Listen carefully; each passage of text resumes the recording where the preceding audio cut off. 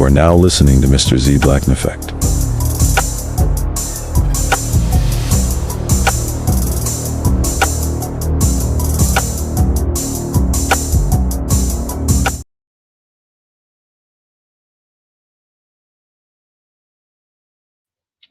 What's going on, y'all? What's going on? What's going on, y'all?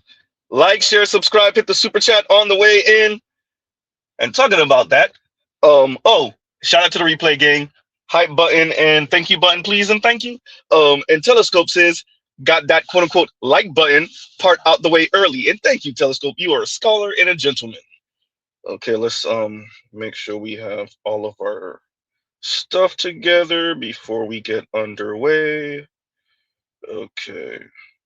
Everything looks okay-ish. There we go. That's what I wanted. And this should be the next part. Boom, boom, boom. All right. All right. So, we will be reviewing our favorite colorist, queen, classist, white male scrotum worshipping, hypocritical a-hole woman. Yeah. Shout out to Chrissie. Chrissie thinks she's slick. She thinks Mr. Z doesn't have her own words recorded, and that I do. So Chrissie's trying to play damage control and throwing black men under the bus. She's gonna play with some racist, very anti-black male, very misandrist tropes, right? Misandry noir, we will say. Right? So shout out to those of you that saying zoom to your doom. Zoomer Doomer says thumbnail is nasty work. There's a reason why we have that thumbnail, right? Mr. Shook to you says diabolical thumbnail. There is a reason why we have that thumbnail. Yeah. And so before we get underway, before we start listening to the colorist queen herself and her hypocrisy and her thinking that we don't have her own words on record, we're going to play. Well, actually, you know what? We're going to do it the right way. We're going to do it the right way. But let's let the white dude talk first. And we'll address why Mr. Z played this initially. Right? So, fair use, fair use. Fair use, fair use. All right, let's go. An uncomfortable conversation that needs to be had is that our generation has been raised by women who hate men. I'm not just talking about mothers. I'm talking about school teachers. I'm talking about therapists, anybody that played a role in a child's development. They have actively tried to teach us that masculinity is toxic, but the truth is their negative experiences that they had with men were not of the nature of masculinity. It was the fact that the man himself was toxic, completely separate of masculinity. Now, obviously, there are a bunch of women who, don't hate men, but the problem is that academia and the media have been pushing this narrative to suppress masculinity and masculine traits such as assertiveness or leadership under the scope of them being dangerous. Men have been taught to feel ashamed of themselves and to respect women, but never what to do when a woman disrespects you. And this doesn't just have negative effects on men, it's women too. There are so many women of the younger generations that actively have this negative attitude towards men that's extremely prevalent, and anybody with an IQ above 5 understands this if they go out in public, where it's like they're very entitled and they're disrespectful towards men. And obviously it's not all of them, but it's something that needs to be addressed. And no, I don't think this makes me oppressed. I'm not throwing a pity party, but it is an issue that I believe that we need to address. So the white young man is telling you there are women who are actively Mr. Z wants to say racist, but bigoted and hateful towards men. There are women that are hateful towards men, and our society likes to pretend like it doesn't see those women.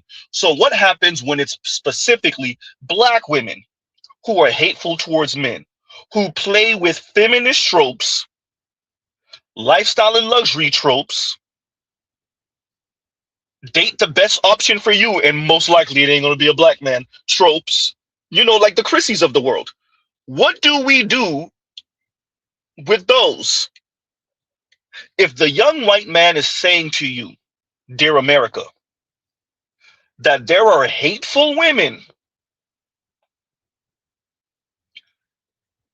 who we have not raised our sons to be able to deal with those hateful women and their disrespect.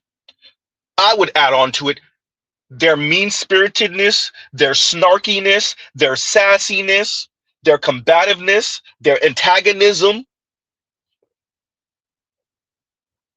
If the young white man is saying that we have not armed our sons with how to defend themselves, not just physically, but verbally, emotionally, psychologically, from disrespectful, I'll add to that, mean-spirited, snarky, rude, entitled, consumerist, materialistic brats, your daughters. If the young white man is saying that, then what the hell are black young men supposed to do? Because if the young white men have been defamed, what the hell have we done with young black men concerning hateful women, particularly hateful black women? Play it again for the people, Z. An uncomfortable conversation that needs to be had is that our generation has been raised by women who hate men. I'm not just talking about mothers. I'm talking about school teachers. I'm talking about therapists, anybody that played a role in a child's development. They have actively tried to teach us that masculinity is toxic, but the truth is their negative experiences that they had with men were not of the nature of masculinity. It was the fact that the man himself was toxic, completely separate of masculinity. Now, obviously, there are a bunch of women who, don't hate men, but the problem is that academia and the media have been pushing this narrative to suppress masculinity and masculine traits such as assertiveness or leadership under the scope of them being dangerous. Men have been taught to feel ashamed of themselves and to respect women, but never what to do when a woman disrespects you. And this doesn't just have negative effects on men, it's women too. There are so many women of the younger generations that actively have this negative attitude towards men that's extremely prevalent, and anybody with an IQ above 5 understands this if they go out in public, where it's like they're very entitled and they're disrespectful towards men. And obviously it's not all of them, but it's something that needs to be addressed. And no, I don't think this makes me oppressed. I'm not throwing a pity party, but it is an issue that I believe that we need to address. The word I would argue that the young man is looking for is antagonistic and mean-spirited. Antagonistic and mean-spirited. And our society acts like a man or a collective of men can quote-unquote elevate high enough, vibrate at a higher frequency enough to disarm these a-hole women. Dear America, your daughters are a-holes. We're going to play one of them in a minute. Short of kissing their ass, there is no disarming them. Their mothers and their aunts and their female teachers and their elders and their female mentors and some wayward ass men have raised these women to be antagonistic, mean-spirited a-holes. Mr. Z, you saying a-holes and you saying ass. True, a-holes towards men.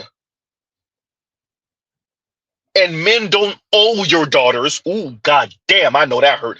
Men, young men in particular, don't owe your daughters disarming them in their antagonism, in their mean-spiritedness. The young men don't owe your daughters rising above her resentment and anger from who didn't choose her in high school, who didn't find her attractive in middle school. Yes, I said middle school.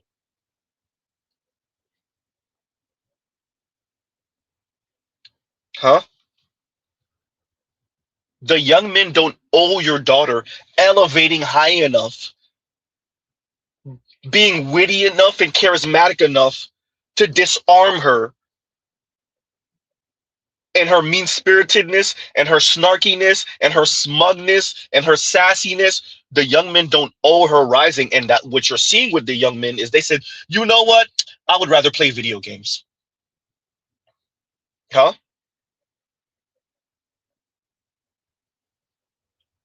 You know what? I would rather stay in the house. I would rather chill with friends. I would rather go invest in my hobbies. If you don't believe me, go to your local mixers and speed dating events and matchmaking events. Let me know how many men are there. Oops. Let me know about the men to women ratio. So we're going to play everyone's favorite colorist queen in her hypocrisy.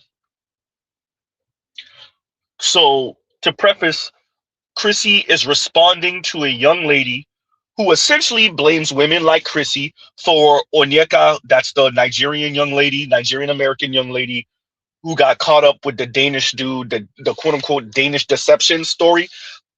Um, Mr. Z said this a couple years ago.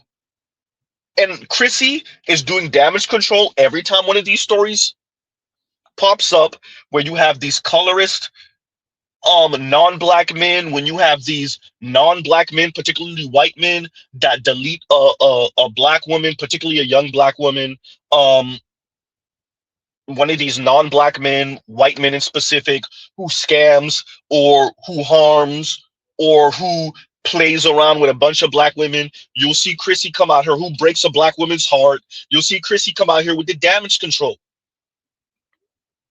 because Chrissie thinks everyone else is dumb and slow, and that her snake ass moves, we can't see them.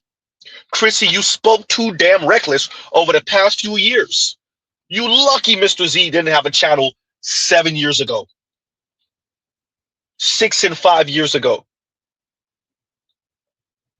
Huh? But we do have some of your own words. Uh-oh. We have some of them over the past couple years. And even though you try to tone down the rhetoric, and every once in a while you'll put out one of these damage control videos, one of these disclaimer videos, just to cover your ass, we still have your own words. When you're not doing the disclaimer videos, oh yeah, we have your own words, Chrissie. So let's get underway. Fair use, fair use, fair use, fair use. So we're going to get underway, and we're going to play Chrissie in her own words so she could stop pretending like people are taking her out of context and being hyperbolic. No, lady, you talk the way you talk. You just think we don't understand what you're saying. Continuing. So a supporter of mine sent me a video from a feminist woman on TikTok. Her name is Joy, and she said that my content is an alt-right pipeline, and she also blamed my content for Onyeka getting scammed by the Danish deception. So I'm going to react to her TikTok videos, but before I get into it, just an FYI, I am doing weekly content for Neptunian members and patrons where I give my opinions and strategies. We're going to pause for a second right there. Chrissie said, this young lady says her content is an alt-right pipeline. Chrissie's content is an alt-right pipeline, particularly for black women. But Chrissie, is this not you? And you know, since this is the response to what was happening back then, if you ask me, black women back then weren't disloyal enough, baby. They weren't disloyal enough. And like I said on my community tab, the biggest mistake they made was staying with poor men and having children by poor men. Because poor men didn't deserve children then, and they don't deserve children now. And I don't care how extreme that sounds. I know it's unrealistic to expect poor people not to have children. I know it's a human desire. I get it. I understand the biological clock, ladies. I understand. But the mothers suffer the most. And these dusties y'all have kids with, they don't appreciate y'all enough for me. I'm sorry. Chrissie, you spoke of concern trolling. Y'all will hear her say it later on in the video. But Chrissie, you do that. You say extreme things and then frame it like you're concerned for black women. You just did that. I played it just now. You say extreme things. You say anti-black man things, and then you couch it like it's just concern for black women. No, you are a resentful, hateful, spiteful person, hiding behind colorism advocacy for black women. That fake, I'm not pro-black, I'm pro-black woman. No, you're pro-black women poverty. Uh-oh. Black and Latina women who never marry are the least wealthy in the U.S. Huh? Yeah, Chrissy. No, you're not pro-black woman. You pro-black women struggling for your gender war against black men.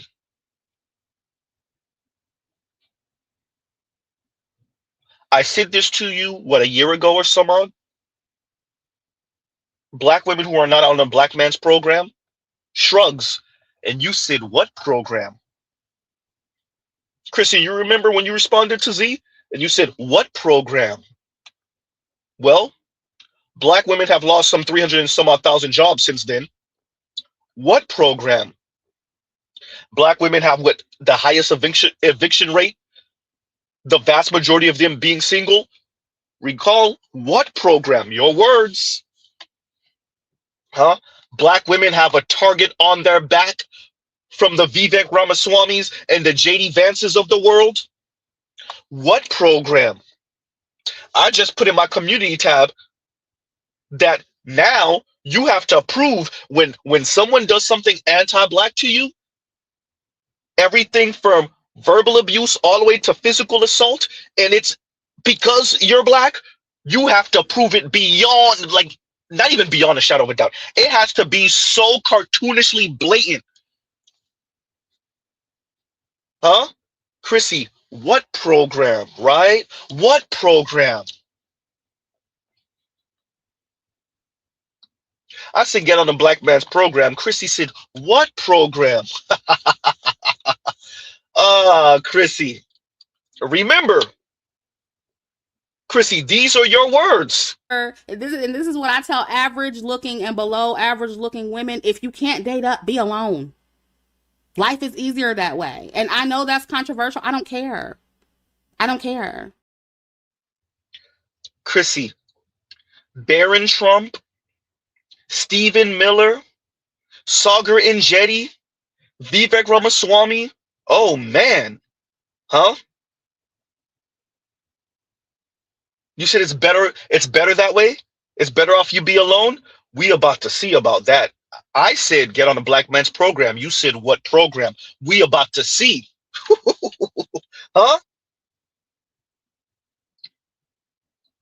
Let's see if you can get all of your subscribers hooked up with the non-black man, preferably white man. We'll see. Huh?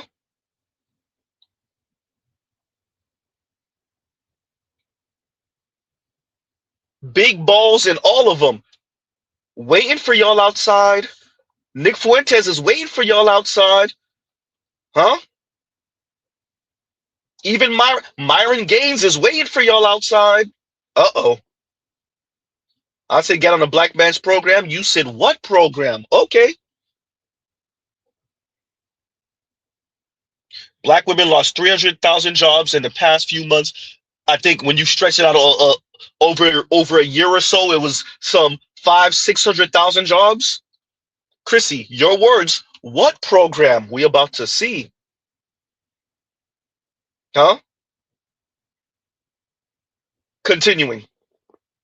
So a supporter of mine sent me a video from a feminist woman on TikTok. Her name is Joy, and she said that my content is an alt-right pipeline, and she also blamed my content for Onyeka getting scammed by the Danish deception. So I'm going to react to her TikTok videos, but before I get into it, just an FYI, I am doing weekly content for Neptunian members and patrons, where I give my opinions and strategies based on trending topics. So if you are interested in my exclusive videos, the links to join are in the description box. Also, if you enjoy my content, be sure to like this video, share, and subscribe. Now, let's get into Joy's first video. Another pipeline to the right within black women's content is Chrissie. This is a creator who makes a lot of anti-colorism content, but sneaks in a lot of contempt for black men, specifically black men who are not socioeconomically privileged. This foments a lot of classist sentiments, which pairs nicely with her hypergamy takes. Here's the thing, often you'll find that her hypergamy takes are about how white men are able to provide certain things that many black men are incapable of providing. This person talks about black men the way white men talk about black men. So right off top, you can tell that Joy's primary concern is black men and how black men specifically are being discussed on my channel. And I did scan her.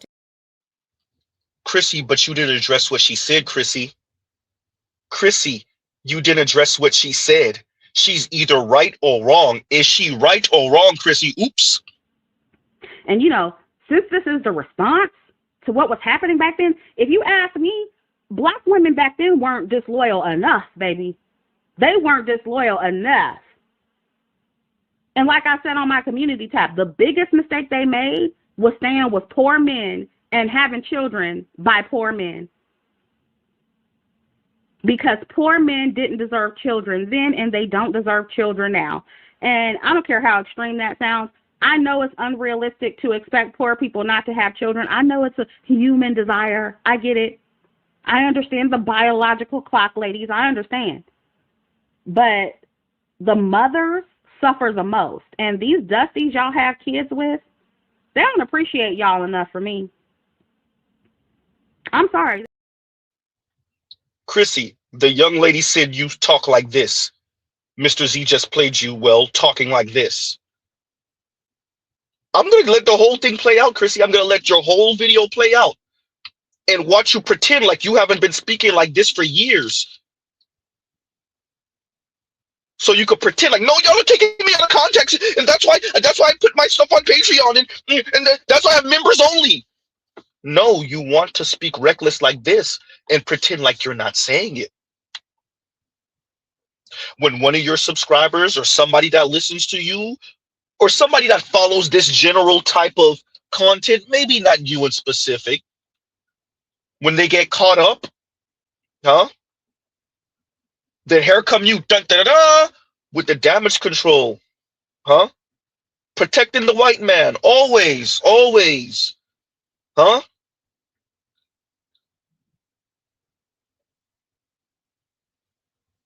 Let Mr. Z say it again every single time Chrissie talks. Every single time. Say it again, Z. Every single time Chrissie speaks, she gonna try to drag you under the scrotum of white men in specific. Every single time. We gonna let Chrissie keep on talking. We're gonna play this out. Y'all tell me if Chrissie doesn't find herself under white man's scrotum by the end of this video. Every single time Chrissie speaks, somehow she's dragging her subscribers under the scrotum of white men in specific. But when Chrissie gets caught up or when somebody mentions her name in specific, then she want to play damage control. And I didn't say that. And I've been putting out content saying don't worship white men. And I've been, Chrissie, I got you recorded. I have you, Chrissie. Your own words. Chrissie, try pulling that on my content. Mr. Z been making content for years now. Try pulling that on my content, Chrissie. Have fun on that one. Mr. Z got over 1,000 videos. Excuse me. Have fun on that one.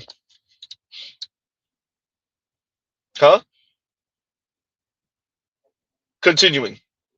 So a supporter of mine sent me a video from a feminist woman on TikTok. Her name is Joy, and she said that my content is an alt-right pipeline, and she also blamed my content for Onyeka getting scammed by the Danish deception. So I'm going to react to her TikTok videos, but before I get into it, just an FYI, I am doing weekly content for Neptunian members and patrons where I give my opinions and strategies based on trending topics. So if you are interested in my exclusive videos, the links to join are in the description box. Also, if you enjoy my content, be sure to like this video, share, and subscribe. Now, let's get into Joy's first video. Another pipeline to the right within Black women's content is Chrissie. This is a creator who makes a lot of anti-colorism content, but sneaks in a lot of contempt for Black men, specifically Black men who are not socioeconomically You do it, Chrissie. She's right. A lot of classist sentiments, which pairs nicely with her hypergamy takes. Here's the thing: often you find that her hypergamy takes are about how white men are able to provide certain things that many Black men are incapable of providing. This person talks about Black men the way white men talk about Black men. So right off top, you can tell that Joy's primary concern is Black men and how Black men specifically are being discussed on my channel. And I did scan her TikTok page. I watched some of her videos, and like most Black feminists, she doesn't appear to genuinely be concerned about the well-being of Black women like she's concerned about Black men, because although she is anti-patriarchy, I don't see her talking about the rabid misogynoir and colorism that we as Black women, and especially dark-skinned women, experience with Black men, and how that actually leads to the existence of spaces like mine. Now, I didn't look at all of her content, but I did scroll pretty far down, and from what I observed, she talks more about patriarchy and other oppressive systems from a general standpoint, but I don't really see her addressing any of the individual Black male content creators that are perpetuating those same systems and also harming Black women, and who talk about Black women the way that racist white people talk about Black women. But she does address me and other Black women content creators directly, and white men as well. And so that tells me that she's not necessarily scared of men and their response. I just think she's more concerned with defending and protecting Black men than she is herself and other Black women. I also find it interesting that Black feminists like Joy say that hypergamy spaces are classist, but they almost always have degrees from classist universities and PWIs. So basically, it's okay for them to use classist and or racist institutions that are tied to oppressive systems to get ahead in life. But it's wrong for other Black women to use patriarchy or hypergamy and other systems to our advantage, or date white men with more privilege or men with a higher socioeconomic status to live more comfortably. When you think about it, what women like Joy are saying is, I'm allowed to use white men and their system and their racist institutions to level up my life, but Black women, you can't actually date white men for similar purposes. And of course, the argument to that will be, oh, well, we have to participate in capitalism. We have to go to college. No, you actually don't. You could live off the grid or attempt to if you were really about that life, but you choose to opt in the system so that you can make more money and live comfortably and also get the social benefits that come with having a degree or degrees. And that.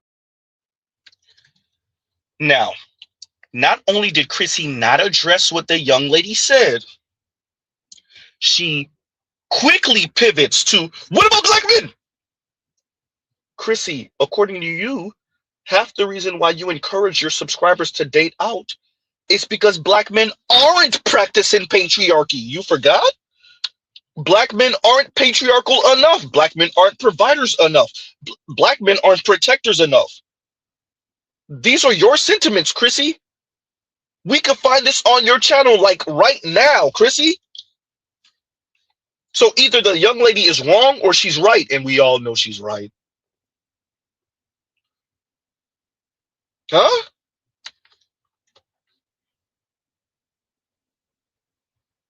And Dale, exactly. She said a whole lot of nothing. Well, the problem, you're too worried about defending Black men. And what about the Black men that do this stuff? Huh? Number one. Number two, Chrissie, is this not you? Wait a minute. You want to talk about white male patriarchy and benefiting from it? Uh-oh. So obvious to me, y'all. It was obvious to me. So now let's move on to Whitney and Locken. Again, I didn't watch this season either. Wait a minute. Simply Bree says, I think Black women need to be honest about the lack of self-esteem collectively and how that needs to be addressed and worked on, because lack of self-esteem is how a lot of us get into these situations. Yeah. Yeah. And it's not just exclusive to Black women, but, you know, since we are talking about Black women, that is true. It's true.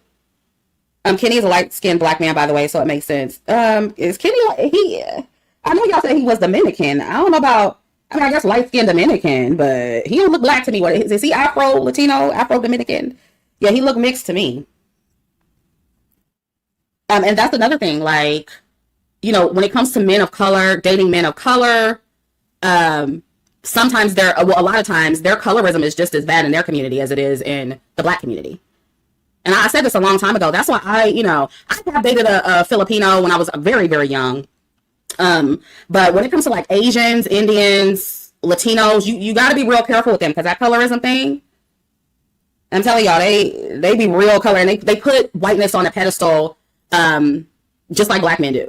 So you got to be really careful with them. Really, really. That's what I said. When y'all told me what race of non-Black men I like to date, I don't like to date white. Okay. Because, you know, it's not to say that they can't be colorist, but usually when white men are colorist and racist, they just kind of stay away from you. You know, or they try to. It's usually very obvious. You know what I'm saying? Because I told y'all about my encounters with the racist on Tinder and stuff when I was on dating apps, and they would like immediately make it known like they just wanted to fuck, and so I would just unmatch like immediately. You know what I'm saying? I would just immediately be like, okay, well, that's what he's there for. I just feel like racist white men and racist men who fetishize you, I feel like white men are more direct with that, in my experience anyway. I don't know. That's just my experience. White men are more direct with that. That's why Black women are being found deleted in the presence of white men. Yeah, white men are more direct with that. Then you try to hide behind, well, in my experience, oh boy. Huh? Chrissie, your own words, Chrissie. Now, effectively, going off of what you're saying, that some of many of these non-black men of color, so the Asians and the Latinos and the Indians, are also colorists. So effectively, not only did you say that's why you particularly date white men, effectively, what are you saying to your subscribers, to your followers?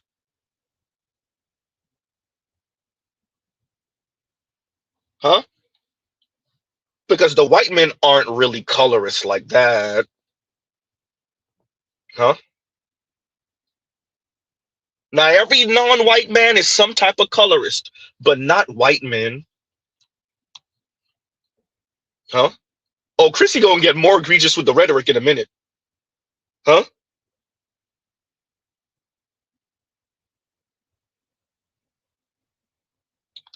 Chrissy, these are your own words Mr. Z's playing back. It's not taken out of context. It's not that we're trying to be hyperbolic. No, these are your own words. All we do is decipher. But these are your own words, your own sentiments. I know, Chrissy, you think you're the smartest person in the room. Your little classist, elitist asshole. That's cool. Great for you. But everybody knows what you mean. Everybody sees you. Everybody hears you. Everyone hears you. I know it's difficult. I know. Oh, because we're deciphering what you really mean.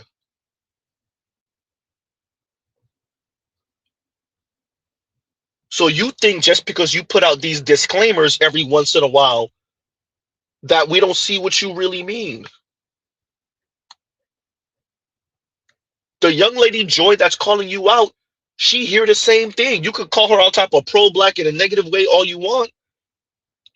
We hear you, she hear you. When you went back and forth with Julesy years and years and years ago, Julesy hears you. Everybody hear you, Chrissy. We all hear you. We all know what you're really saying. You know what you're really saying. You just don't want these women's blood on your hands. Oh, God damn, you said that, Z. No, you send them out there. You just don't want their blood on your hands. You just don't want their broken heart in your hands. Huh? Onyeka didn't have to be one of your subscribers or followers. Your rhetoric exists for women like her. She didn't have to necessarily listen to you. There's a bunch of little yous all over TikTok and YouTube. And you think you're walking some fine line that you're not extreme. Chrissy, to the uninitiated, you don't think you're extreme? I said this to you before because you're comparing yourself to Divested Zealot. You are comparing yourself to Cynthia G. Chrissy, you are extreme. Huh? You are extreme.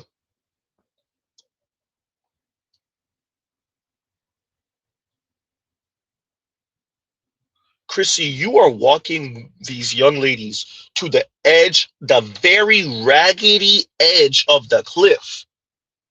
If a slight wind, just a slight gust of wind, if somebody breathes on them the wrong way, they're going to fall off.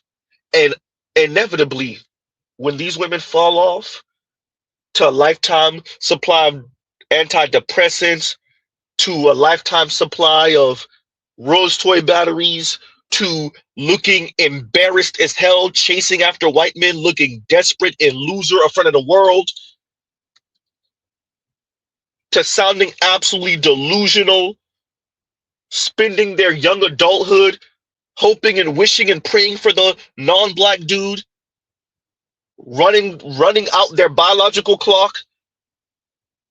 When that inevitably happens, then there's you. Well, I didn't tell them to, and I didn't say this, and I never said that, and my words are being taken out of context and hyperbolic, and this is why I put my stuff on Patreon, and this is why I put a paywall.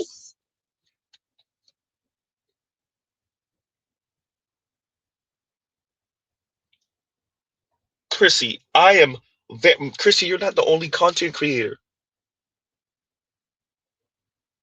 Mr. Z says, an attractive black woman is an attractive woman. If you meet a black woman worth the damn, you grab her hand and you run for your life and make sure she don't listen to none of the Chrissy types. Mr. Z's words. Huh? Mr. Z's words. There are non-black men that find black women attractive too. Every once in a while, they'll marry a black woman. They'll do for a black woman. Is that the majority of non-black men? Absolutely not. Because anti-blackness is global. Mr. Z's words. Huh? Mr. Z's words. Black women, where are you going? If you're not on a black man's program, where the hell you think you going? You're just going to be out here munching on each other. And we got the data to show that 23% of young black women now identify as bisexual. Huh? Mr. Z's words, Chrissy.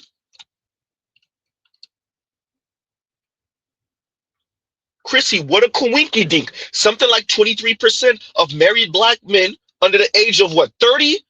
Under the age of, I think it was under the age of 30 or recent. It's not age, I'm sorry. Recent marriages, something like 24, 21%, something like that. 23% of recent marriages for black men are interracial. And when you look at that, don't that look familiar? 23% of black women now identify as bisexual. Chrissy, where the hell are most black women going? If y'all not on black men's program, what you think is left out there? Oh, the white man? Okay, yeah, that's it. The non-black man? Okay, yeah, that's it. Chrissy, only one of us is on the right side of history, and it's not you. You could try to play moral high ground. Chrissy, we have your own words. You're not the only content creator. Chrissy, your videos are edited. Mr. Z does live streams and freestyles. If I'm not mistaken, you're college educated. Mr. Z is a community college dropout. You're trying to tell me I'm more cautious than you? More disciplined than you? At least when I'm speaking. Huh?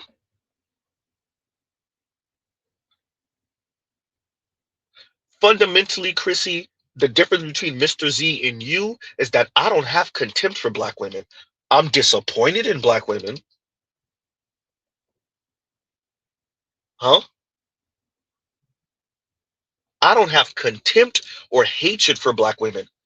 I'm not angry at black women that they didn't make me a white man. It even sounds absurd. Me saying it sounds crazy. That's the difference, Chrissy. You can't help yourself because you have contempt for black men. Because black men didn't make you and other darker skinned black women like you upper middle class and rich and elite white women. That's why Mr. Z could speak like this and you can't. Huh? Yeah.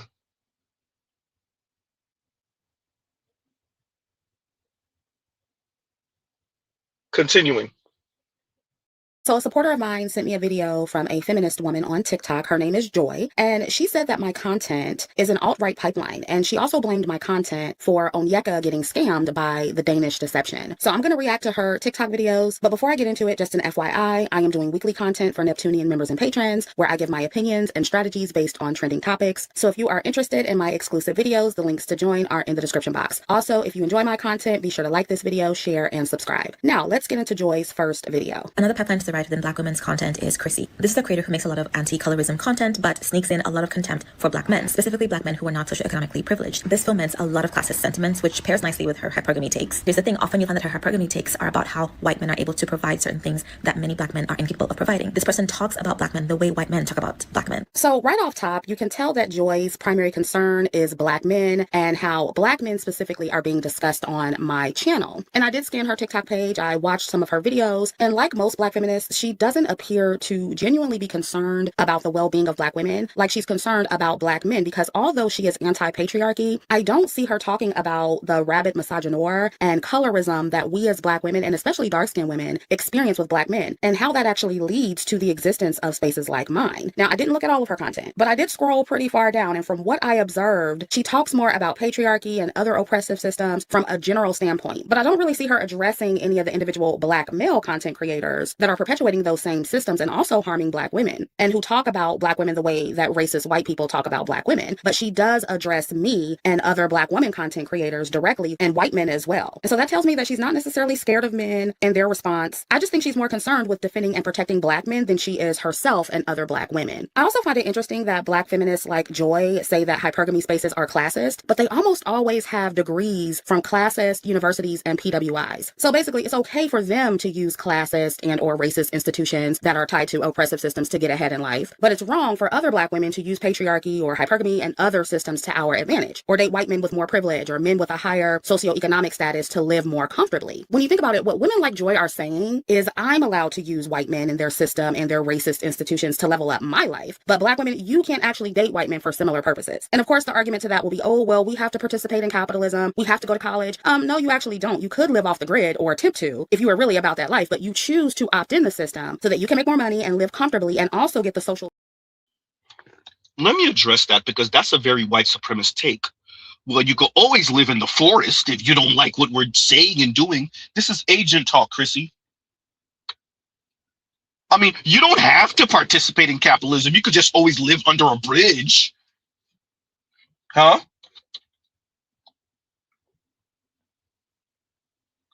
Chrissy, who needs the white supremacists when we got you? Huh? Who needs the white capitalists when we have you?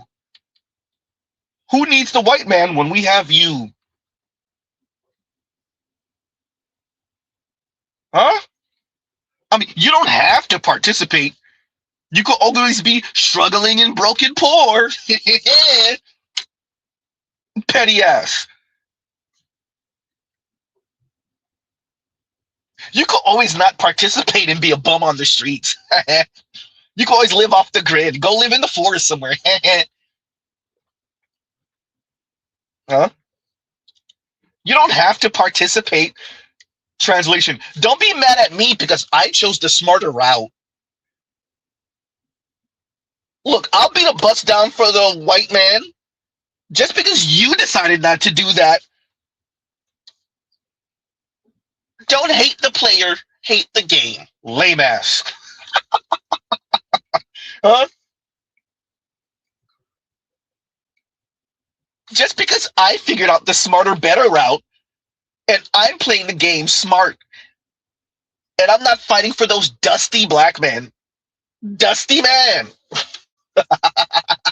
Huh? I'm not one of you pro-Black dusties. See, you're concerned with Black men. I'm concerned with dark-skinned Black women's upliftment in their image. I'm pro-Black woman. I'm not pro-Black. Those dusty Black men. Z, Chrissy saying all of that? Chrissy is saying all of that. Huh?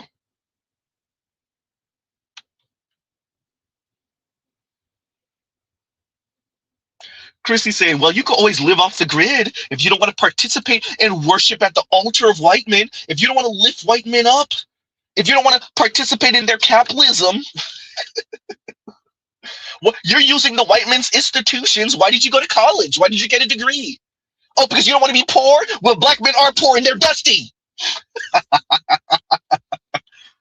Somewhere is Chrissy saying, I didn't say all that. Yes, you did. Stop. Yes, you did. You're not putting words in my mouth. You're not taking my stuff out of context. That's why I leave my stuff on Patreon. No, we're not. Stop. You're not the smartest person in the room. I know. Shocker.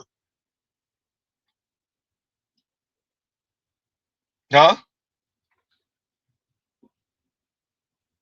How many times you want to play this intro, Z? Y'all are right. Let's see if we can make it all the way through the first segment. It's about 8 minutes. Let's see if we can make it. Oh, boy. Without Mr. Z interrupting. Whew, that's going to be difficult. Let's see if we can do it. So a supporter of mine sent me a video from a feminist woman on TikTok. Her name is Joy, and she said that my content is an alt-right pipeline, and she also blamed my content for Onyeka getting scammed by the Danish deception. So I'm going to react to her TikTok videos, but before I get into it, just an FYI, I am doing weekly content for Neptunian members and patrons, where I give my opinions and strategies based on trending topics. So if you are interested in my exclusive videos, the links to join are in the description box. Also, if you enjoy my content, be sure to like this video, share, and subscribe. Now, let's get into Joy's first video. Another pipeline to the right within Black women's content is Chrissie. This is a creator who makes a lot of anti-colorism content, but sneaks in a lot of contempt for Black men, specifically Black men who are not socioeconomically privileged. This foments a lot of classist sentiments, which pairs nicely with her hypergamy takes. Here's the thing, often you'll find that her hypergamy takes are about how white men are able to provide certain things that many Black men are incapable of providing. This person talks about Black men the way white men talk about Black men. So right off top, you can tell that Joy's primary concern is Black men and how Black men specifically are being You're not addressing what she said. Channel. And I did scan her TikTok page. I watched some of her videos, and like most Black feminists, she doesn't appear to genuinely be concerned about the well-being of Black women like she's concerned about Black men, because although she is anti-patriarchy, I don't see her talking about the rabid misogynoir and colorism that we as Black women, and especially dark-skinned women, experience with Black men, and how that actually leads to the existence of spaces like mine. Now, I didn't look at all of her content, but I did scroll pretty far down, and from what I observed, she talks more about spaces like yours exist to appeal to white men. From Cut a the crap. standpoint. But I don't really see her addressing any of the individual Black male content creators that are perpetuating those same systems and also harming Black women, and who talk about Black women the way that racist white people talk about Black women. But she does address me and other Black women content creators directly, and white men as well. And so that tells me that she's not necessarily scared of men and their response. I just think she's more concerned with defending and protecting Black men than she is herself and other Black women. I also find it interesting that Black feminists like Joy say that hypergamy spaces are classist, but they almost always have degrees from classist universities and PWIs. So basically, it's okay for them to use classist and or racist institutions that are tied to oppressive systems to get ahead in life. But it's wrong for other Black women to use patriarchy or hypergamy and other systems to our advantage, or date white men with more privilege or men with a higher socioeconomic status to live more comfortably. When you think about it, what women like Joy are saying is, I'm allowed to use white men and their system and their racist institutions to level up my life, but Black women, you can't actually date white men for similar purposes. And of course, the argument to that will be, oh, well, we have to participate in capitalism. We have to go to college. No, you actually don't. You could live off the grid or attempt to if you were really about that life, but you choose to opt in the system so that you can make more money and live comfortably and also get the social benefits that come with having a degree or degrees. And that is classist. Women like Joy choose to participate in the system to get ahead, and that's no different from what the hypergamy girls are doing. So let's just call a thing a thing. Let's continue. When these creators are telling you to divest, they're literally saying, yes, whiteness is superior.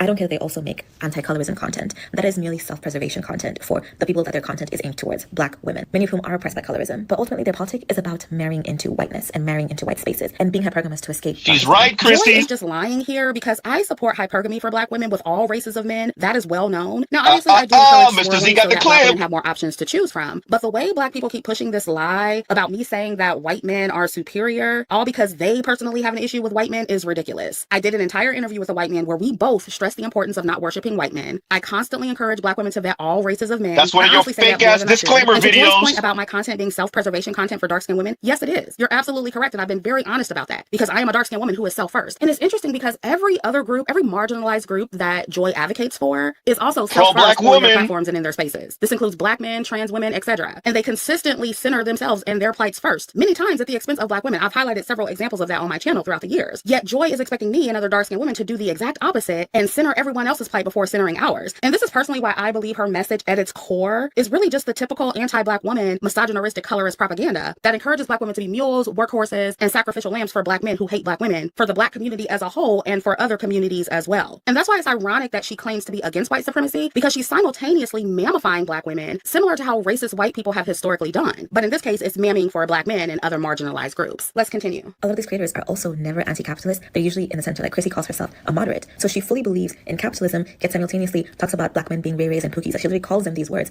If you are so concerned about Black men's inability to provide, why aren't you an anti-capitalist? It is capitalism that creates these conditions. It is capitalism that has had Black people enslaved and colonized. Imperialism is the highest form of capitalism. What is slavery but trying to get your production costs as low as possible? Those costs being labor. Black people were the capital. So for Black people to then be capitalists themselves and talk about rays and pookies and denigrate Black people while they so deeply support the very systems that produce the so-called rays and pookies is weird. It's unprincipled, and that's how you know it's an alt-right pipeline. So who was the capital when black men were participating in selling their own people into slavery. Have we forgotten that in several regions of West Africa, there were African rulers who participated in the capture and sale of other Africans to Europeans? Now, I'm not totally equalizing that to what white men have done, but if we're going to talk about European slavery and capitalism and hierarchy, we have to acknowledge that some indigenous African societies had their own form of hierarchies and capitalist-like activities, and even patriarchy. And this was prior to colonialism. And I talked about this in my video titled Black Femininity is Eurocentric, where I was once again addressing the black feminists who were coming against my femininity content and accusing it of being Eurocentric. And make sure you watch that video after this one if you haven't already. But something that a lot of black feminists like to do is pretend that white men created patriarchy and created hierarchy and colorism and all the other isms that exist today when they existed in certain parts of Africa before any European influence. Africa was not just one big happy family. There was infighting, tribe against tribe. There were hierarchies. There were ranks. Not everybody was a king or a queen. And even though Starting to sound like them white racists out of Europe, there were also gender roles as well. And men did a lot of the hunting and physical labor while sound like them white racists in America were female warriors. And we actually saw that in the movie The Woman King. And even with that, we saw that there was still a form of patriarchy as well. And I say all that to say that black men are not morally superior to white men. It's just that white men had more effective strategies to enslave and conquer other people and stay in power. And what black feminists like Joy like to do is give them does it not make your panties wet, Chrissie? Or better than because they lost the race war. No, they just lost. And that doesn't make them any more righteous than any other group of men. If they would have won, it would be them creating white pookies and ray-rays in their black capitalist system. And it's very interesting how she's black capitalism, where is it? And denigrating pookies and ray-rays when most of the pookies and ray-rays are also capitalists. They're also patriarchal, yet Joy is putting most of the responsibility to dismantle those systems or reject those systems on black women while making black men merely victims of those systems when they participate in and perpetuate them just like white men. And like I said earlier, they were doing this before any European influence. So like most men, it's just in them to be patriarchal to some extent. And I'm quite sure Joy is knowledgeable enough to understand this. So in my opinion, Joy is not as anti-patriarchy as she claims to be, because if she was, she would be criticizing patriarchal black men just as harshly as she does black women and white men, and directing most of her ire to the gender that actually keeps patriarchy alive more than black women, which by default is men, and that includes black men. And she will be talking more about that instead of infantilizing black men because they are black. But Joy won't do that because deep down, she likely knows who black men are. And she knows that they are not going to change, and she knows she has a higher chance of convincing black women to opt out of participating in the system because we're easier to convince and manipulate. I think she knows that black men are not going to change. And that to me makes these videos even more deceptive and insidious because she's holding black women to a standard that she knows black men will never reach while simultaneously suggesting that they are the better option when they too are patriarchal, destructive, immoral, and everything else that she's complaining that white men are. Because again, black men are men too. She's basically just trying to convince us to ignore it and pretend that they're better and safer than white men because they were conquered and have less power. But statistically, we can see that isn't true if we look at the abuse and the femicide numbers. And that's on top of the misogynoir and colorism that we endure from them on a regular basis, that most of them are not making an effort to change, by the way. And no, Joy, they don't need all oppressive and racist systems to be dismantled to stop their abuse and bad behavior. They're not children. They know the difference between right and wrong, just like black women do. And you talk to black women like we should be above the system. So you need to talk to black men the same way. Stop treating them like kids and hold them accountable the same way you hold black women accountable who live under the same oppressive systems. Let's continue. This hypergamy content that shifts or pushes black women towards white men also does the bidding of the ruling class, because a lot of the white men that are hailed within these spaces are white men who are in things like private equity, literally the people who are destroying society. The private equity firms are buying up clinics, creating shortcuts that end up killing patients, but that's the ideal partner?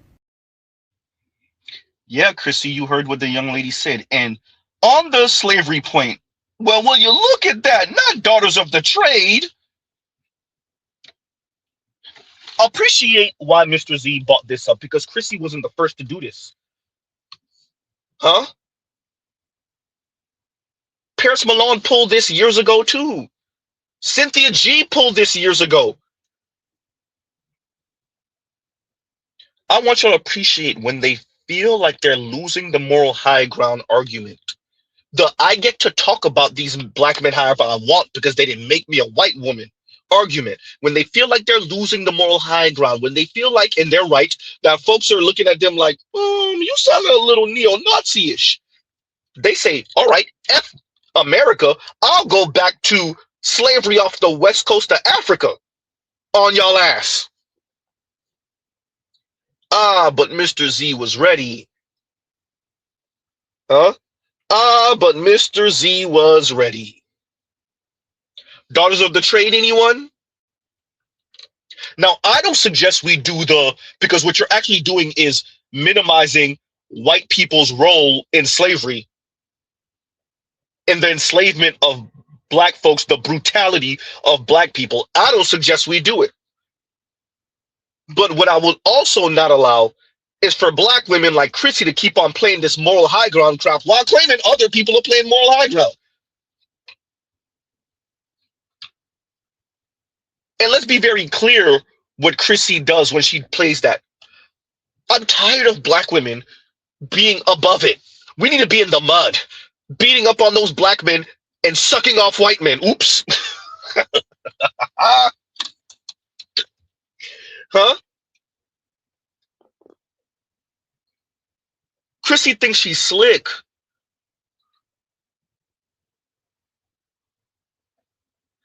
I don't suggest that black people continue to do this. Well, back in Africa, particularly black people who were enslaved in the West, black people, ADOS, FBA in specific. I don't suggest we keep on pulling this. But way too many black women have gotten way too comfortable with the, well, you know, black men did sell us into slavery talk. Just so they could protect their precious white man. Huh? Just so they could protect their precious white man, they start doing the, well, you know, black men did lose the race war. You know, black men did sell black women into slavery, you know. I ain't gonna blame the white man all the way. She telling you black men are no more moral just because they lost. You gotta love it. Now, if that's not a Nick Fuentes type talking point, a Richard Spencer type talking point, a Stephen Miller type talking point, a Donald Trump type talking point, huh? A Steve King type talking point. Huh? A David Duke type talking point. If that's not one of those type talking points, y'all let me know what is. Black men are not more moral just because they lost the race war. Just because they lost. Ooh, you gotta love it.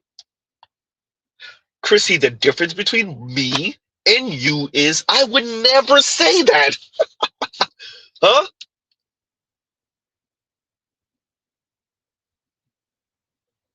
Black women are not more moral than white men. Excuse me. Black women are not more moral than white women just because they're heavier. Ooh. See? Black women are not more moral than white women just because they're poorer.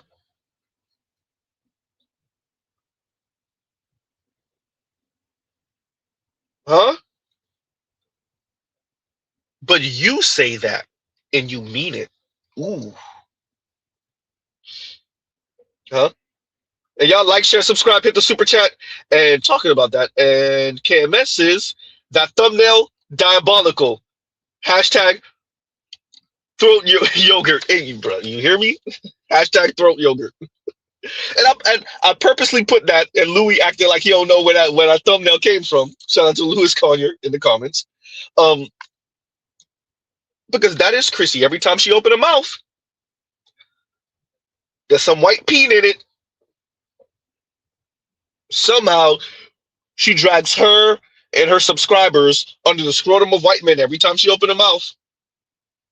Especially concerning black men. She can't help it. And let's be very clear why. Chrissie feels as if everyone, particularly black men, are comparing black women to white women. So Chrissie thinks she gonna pull this little magic trick. Well, what about if I compare y'all to white men? Aren't you insecure? No, because we're cooler than them. Oops. Because they women still want to pipe. Yikes. Because too many man on the street interviews say they're attractive women want to pipe. And you know this, Chrissie. Huh? And you know this, Chrissie. Too many hating ass white dudes are now doing man on the street interviews with white women, and every time a white woman say, "Oh, my type is tall, dark, brown skin, kinky hair. I like me a black man." Too many white women, when they say that, not a little hating ass white dudes. Oh, so you want to be a single mother? Yeah. See, Chrissy, you and those white dudes would be a match made in hell, but unfortunately, those white dudes aren't interested in, well, women like you. They'll pipe women like you on some racist, kinky stuff, but, marriage and whatnot, nah.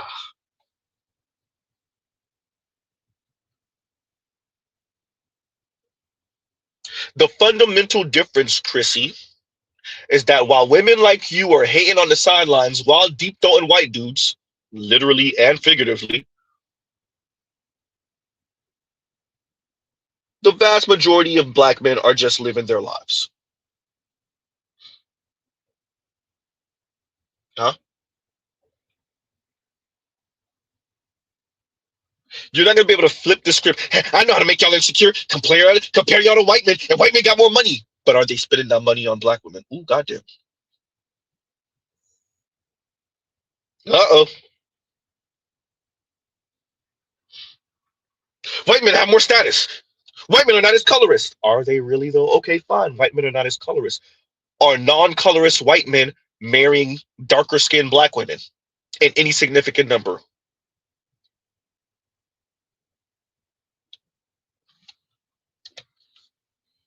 Mr. Z, you still there? Mr. Z still here? Huh?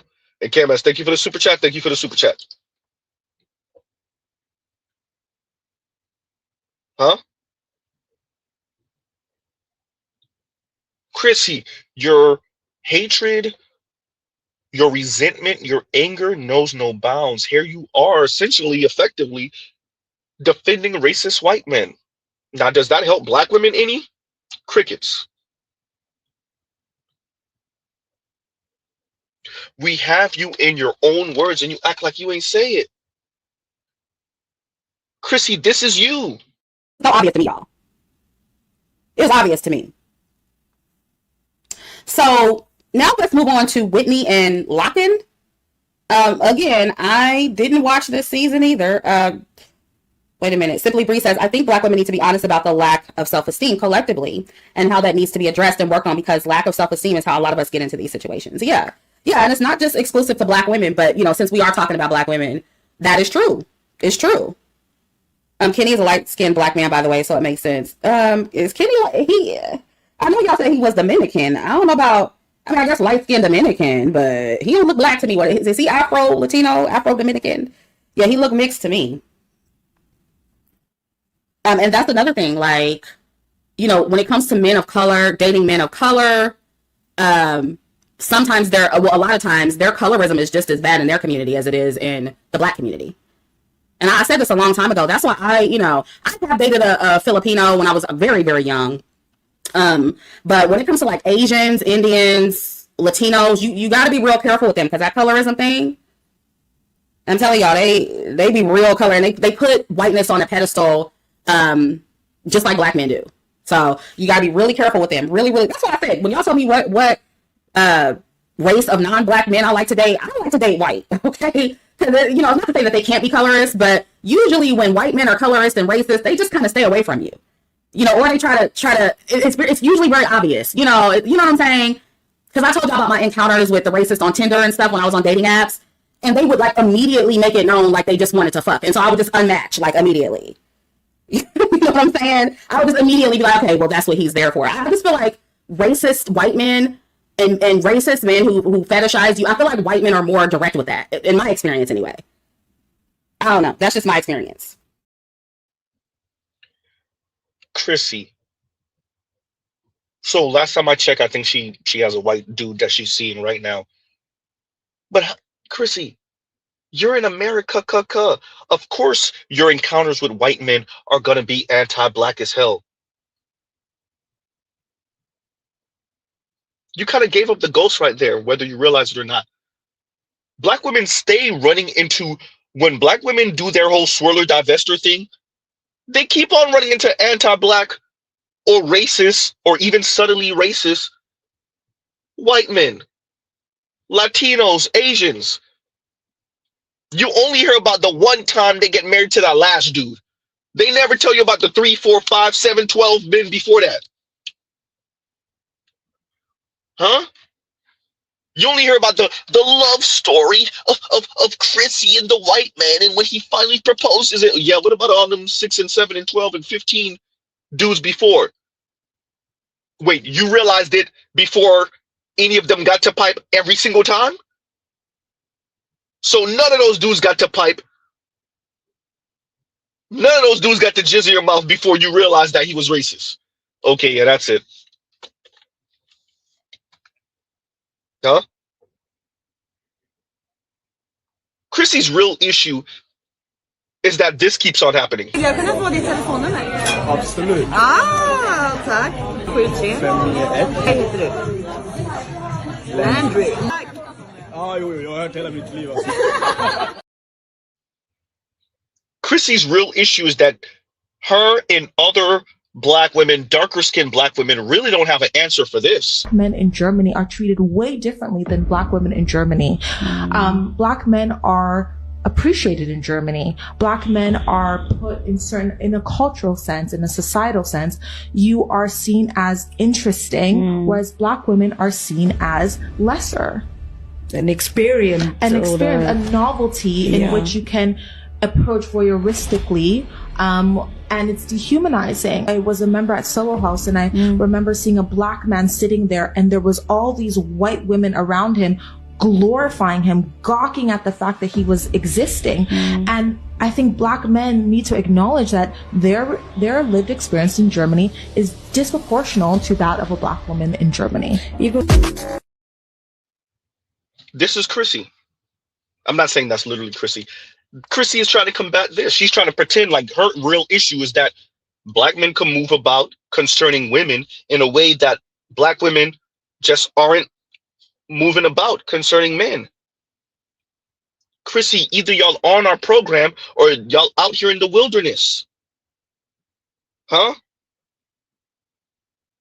Y'all out here in the wilderness. Either you're on our program or you're out here in the wilderness. And you have more and more black women asking, what the hell we supposed to do if we're not on the black man's program? Vito's back with another one. Let me know if you agree or disagree. So I had put up a post the other day pretty much saying that the reason why black men are choosing to date outside of their race is because of black women's entitlements and attitudes towards black men. And all I saw was a whole bunch of negative comments from black women bashing black men yet again, talking about how they ain't ish and all this other negativity. But again, let's go back to the stats. I love stats, right? Because black men are more likely to be able to marry and date outside of their race than black women. Black women are the least likely for another race to want to come and marry them. So my thing is, I need black women to wake up and realize if the black man doesn't choose us, who's going to be choosing us? Because it's a very slim chance that another race will choose us. Uh-oh. Well, Chrissie would tell you to stay alone. As a matter of fact, she did tell you to stay alone. This is what I tell average looking and below average looking women. If you can't date up, be alone. Life is easier that way. And I know that's controversial. I don't care. I don't care. This is the woman that claims to care about black women, that cares to claim about dark-skinned black women. She claims to care about particularly dark-skinned black women. And she's telling them to expand their options.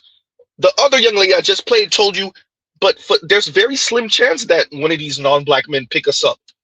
Chrissie telling you to stay alone.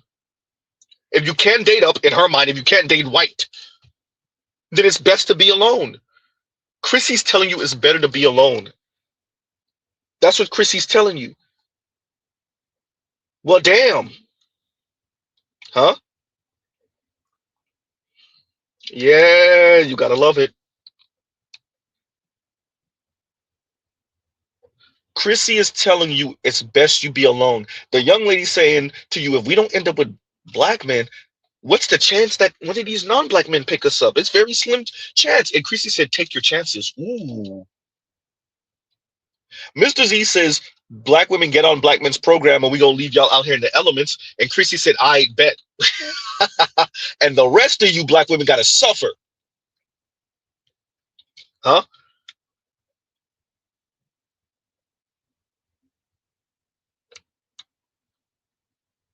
The rest of y'all got to suffer. The rest of you have to suffer.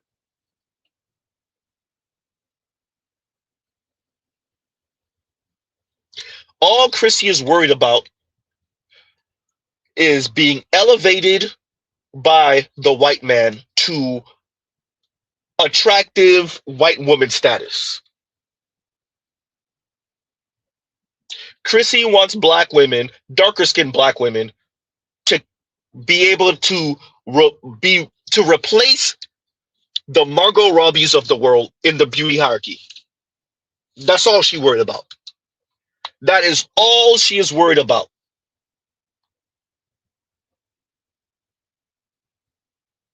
Is that the Margot Robbies are replaced by a darker skinned black woman, and they are the object of all men's desire. That way they could defecate on black men in specific. And those women will be showered with gifts and accolades and compliments, and then they could defecate on black men.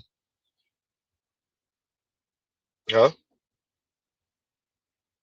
That's why it's always a thing when an Onyeka ends up with the Danish deception guy, or when you have the Nicolandrias, or when you have what's her name that from the Bachelorette that ended up with the white dude from South Florida, white Latino dude, but it didn't work out.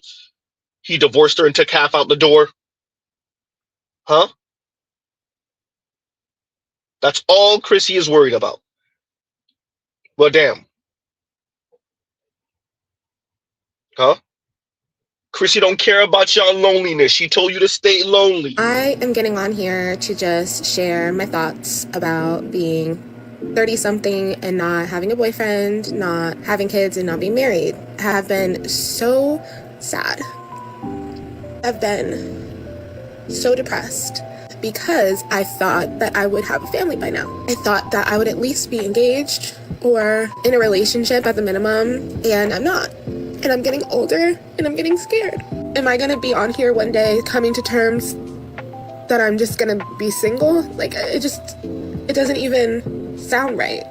I feel like I'm in such denial sometimes. Like, no, there's no way that I'm not gonna be a wife. There's no way I'm not gonna be a mom. And I'm like, am I being delusional, or am I just having faith, or am I crazy? Each day I struggle with this so much, and I just don't know what to tell myself. Do I tell myself, don't worry, you'll be fine, like you're gonna find somebody tomorrow or next year and be able to have kids before it's too late?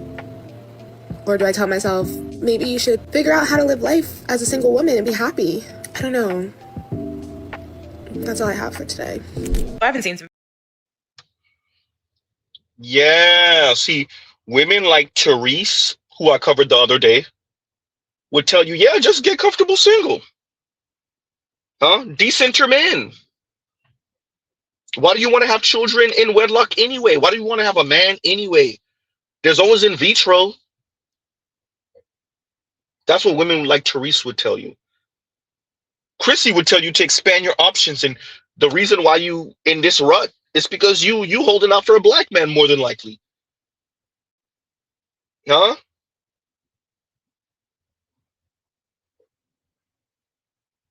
Yikes. Huh?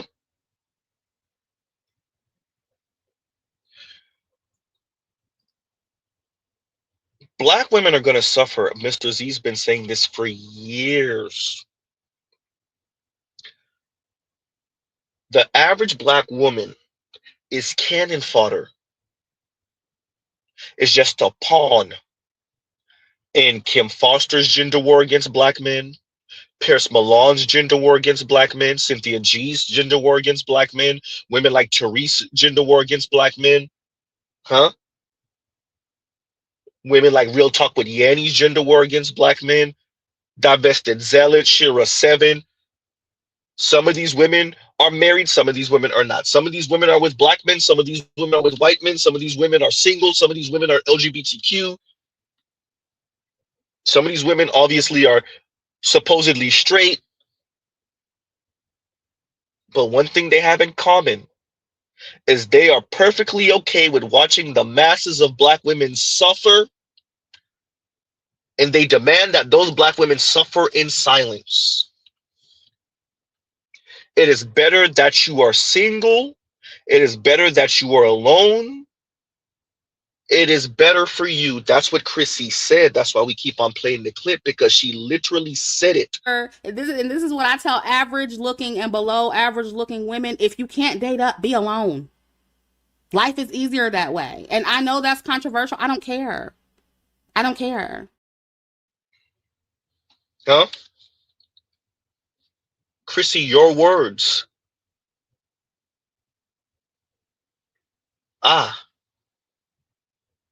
So while Chrissie is trying to do damage control for her own message, and while women like Onyeka is getting caught up with a Danish deception guy, we can't say that it didn't have anything to do with race, because some of the first words out of Onyeka's mouth is he was tall and he was blonde and he was blue-eyed, and everyone's calling her out for saying that. Everyone.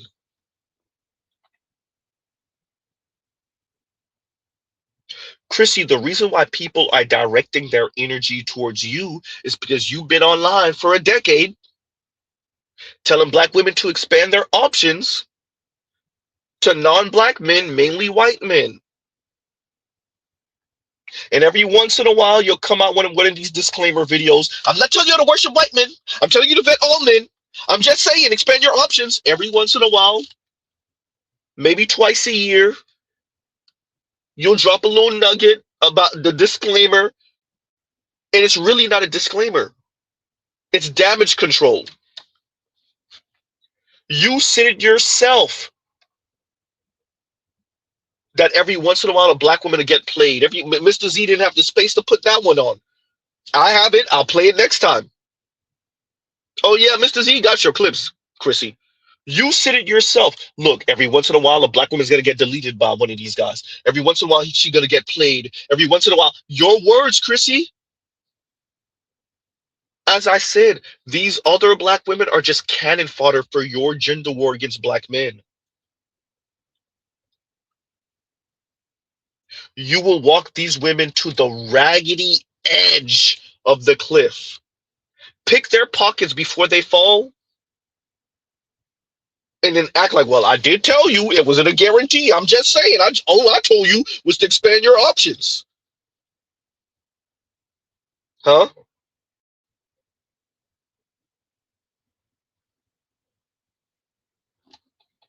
Huh?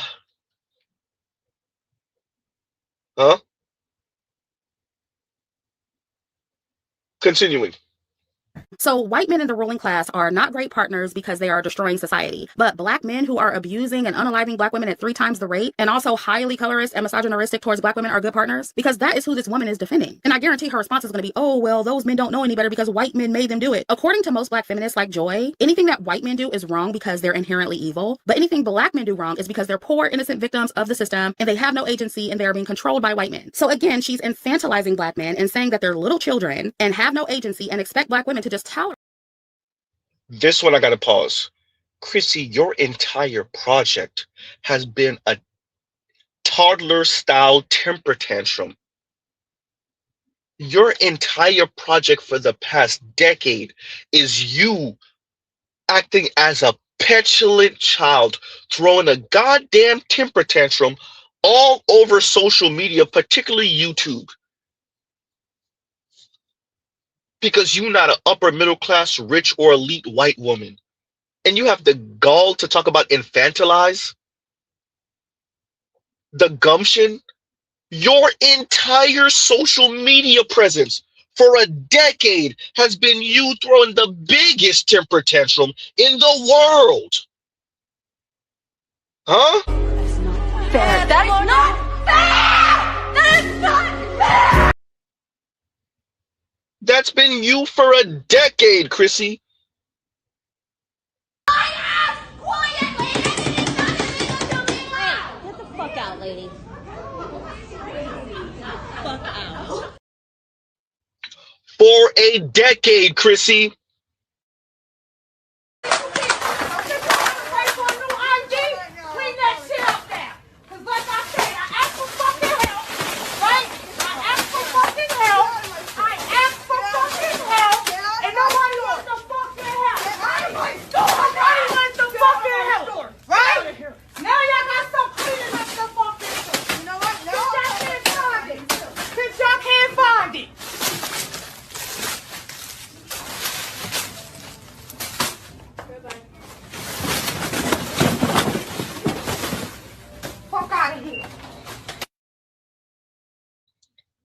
Chrissy, for a decade. This has been you concerning black men. For a decade, you've been talking like this. For a decade. Miss me with the, well, I came in peace initially. Chrissy, yo soft ass. You get into one skirmish with Obsidian, and to hell with you black forever, and you're trying to talk to me. Weak ass. No, Chrissy, if it was that easy for you to flip on black men, that was you from the beginning. If it was that easy for you to flip on black men, that was you from the beginning, lady. You've been throwing a goddamn temper tantrum for a decade talking about who infantilizing black men. Listen to you in your defense of white men now. You're a child in a woman's body. You're throwing the biggest temper tantrum. You, your subscribers, your affiliates all over social media, we see them on Twitter. We see them on Instagram in the comments. We see them on YouTube in the comments. Always defending the white man's scrotum. Always under the white man's scrotum. Always throwing black men under the bus the best y'all can. Does it benefit the masses of black women? No. Does it even benefit your own goddamn subscribers, Chrissy? Chrissy, we're all the non-black men to marry black women. Even your own subscribers, Chrissy. Where are all the white men, Latino men, Asian men?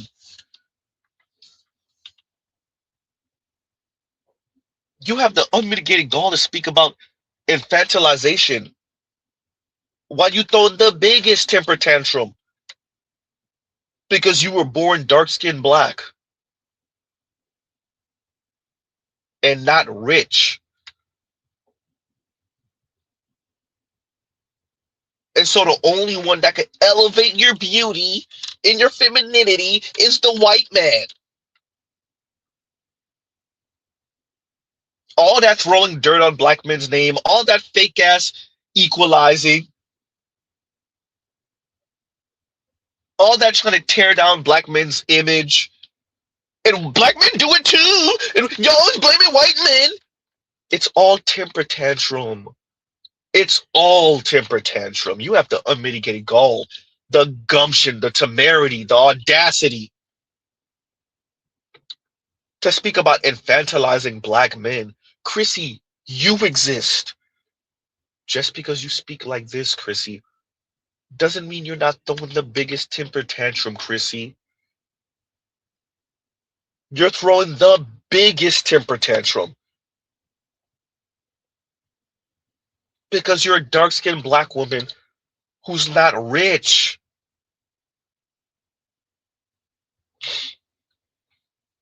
Huh?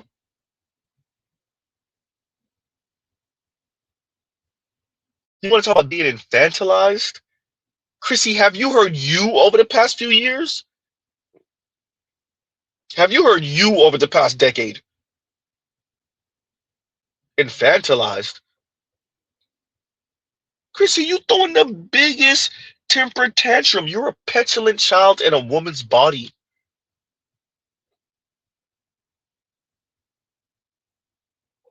Your sass, your snark, your smugness.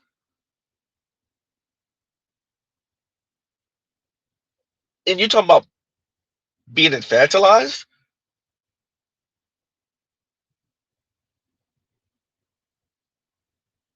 And all hell Balamuccio Vince's, if she was a dude, this would be considered sucker behavior. But it is sucker behavior. It is.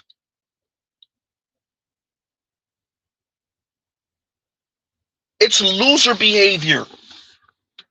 Chrissy trying to do damage control over her own rhetoric. It's loser behavior. Chrissy acting like she didn't say what she said. Like people took her words out of context. Like she's not just a hater of black men because dark-skinned black men get to move about in a way that she thinks is unfair because dark-skinned black women can't do it. See, because white women choose up on black men, dark-skinned black men get chosen up on by Latinas and white women and Asian women. in a way that darker skinned black women can't move. And so it's black men's fault. Loser ass. And black men are colorist too. And black men are more moral just because they lost.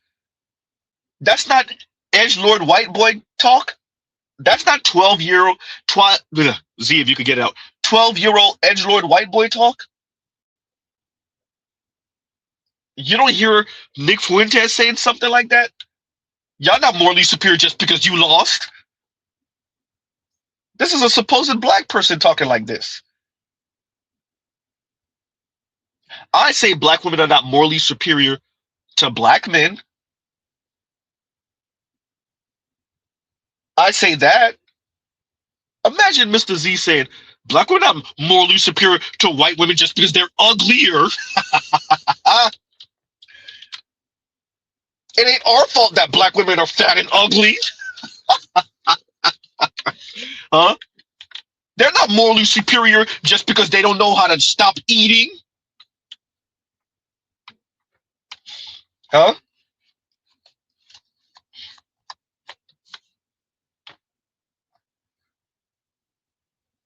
It's hater behavior. It's sucker behavior.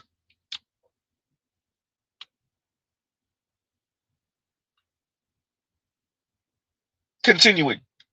So white men in the ruling class are not great partners because they are destroying society, but black men who are abused. We gotta pause again because isn't that what it's all about?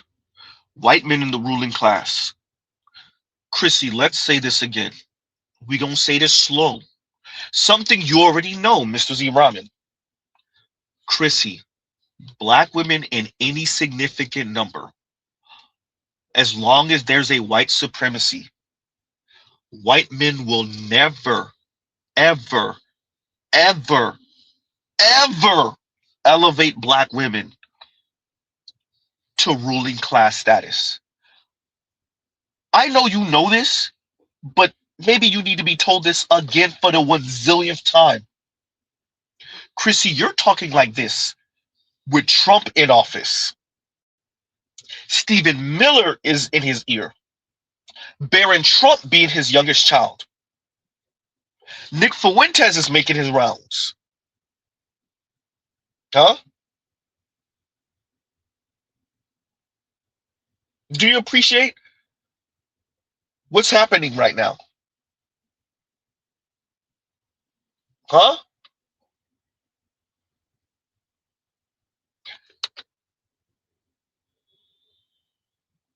Chrissy, you know this.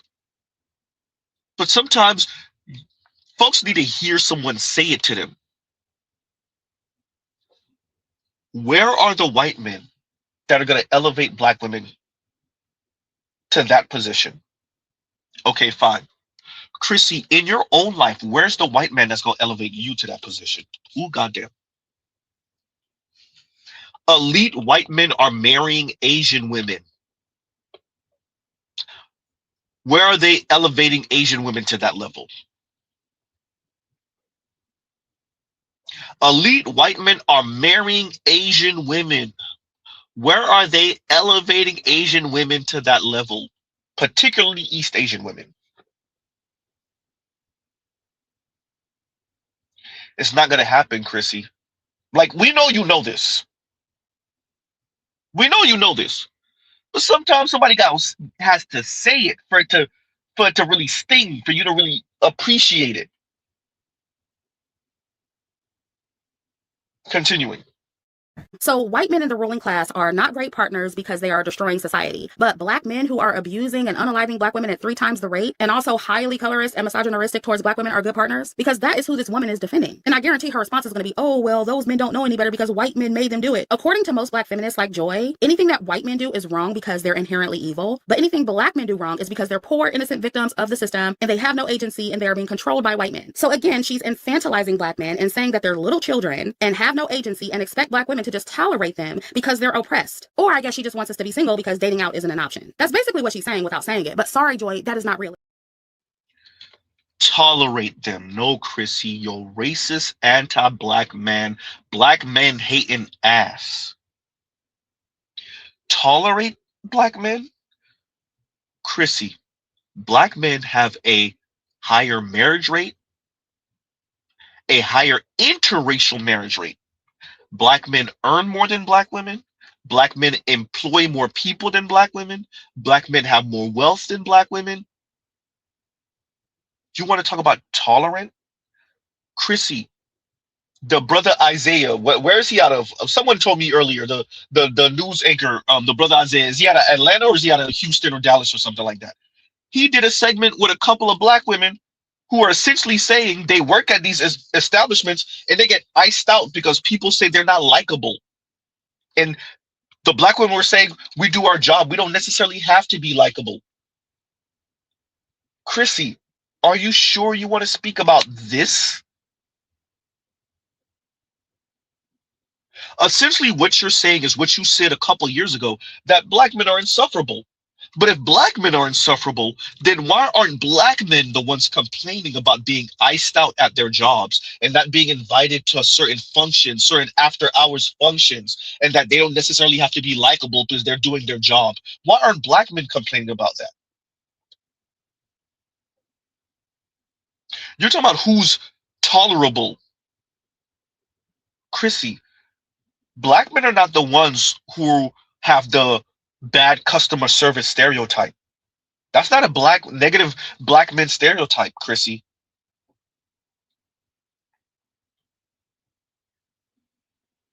You want to talk about who people can tolerate?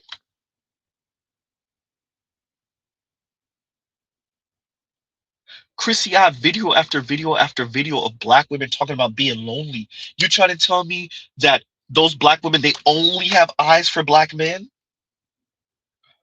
Or are the white men not approaching?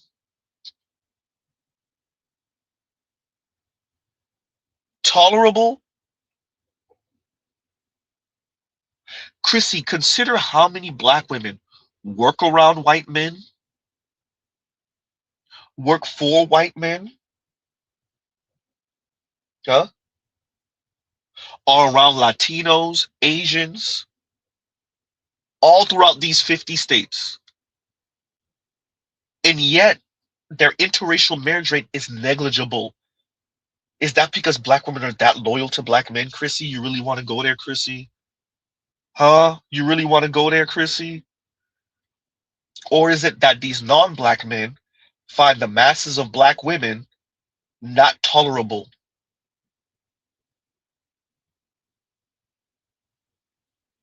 You want to speak about who's tolerable, Chrissie? What does that marriage rate say about black women and who sees them as tolerable? Ooh, goddamn. Chrissie, as Donald Trump strips away as much of the safety net as humanly possible,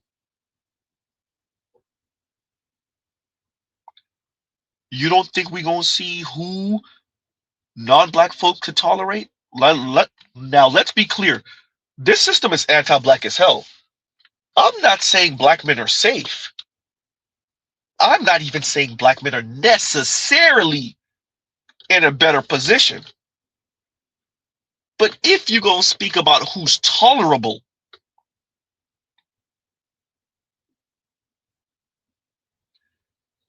Chrissie, black women are more employed than black men.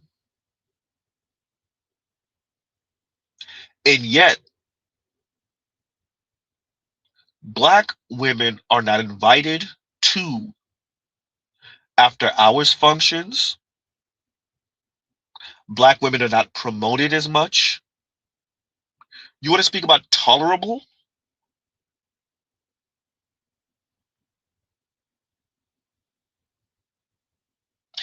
How is it that black men have a higher interracial marriage rate than black women when black women have more homes than black men? Black women are more employed than black men, and we know their employer is most likely white, some type of not black. So black women have more opportunity to end up in romantic situations with non-black men that then can turn into marriage to those non-black men. Now, black women do have a whole lot of mixed non-black children, but where's the marriage? You want to speak about tolerable, Chrissy.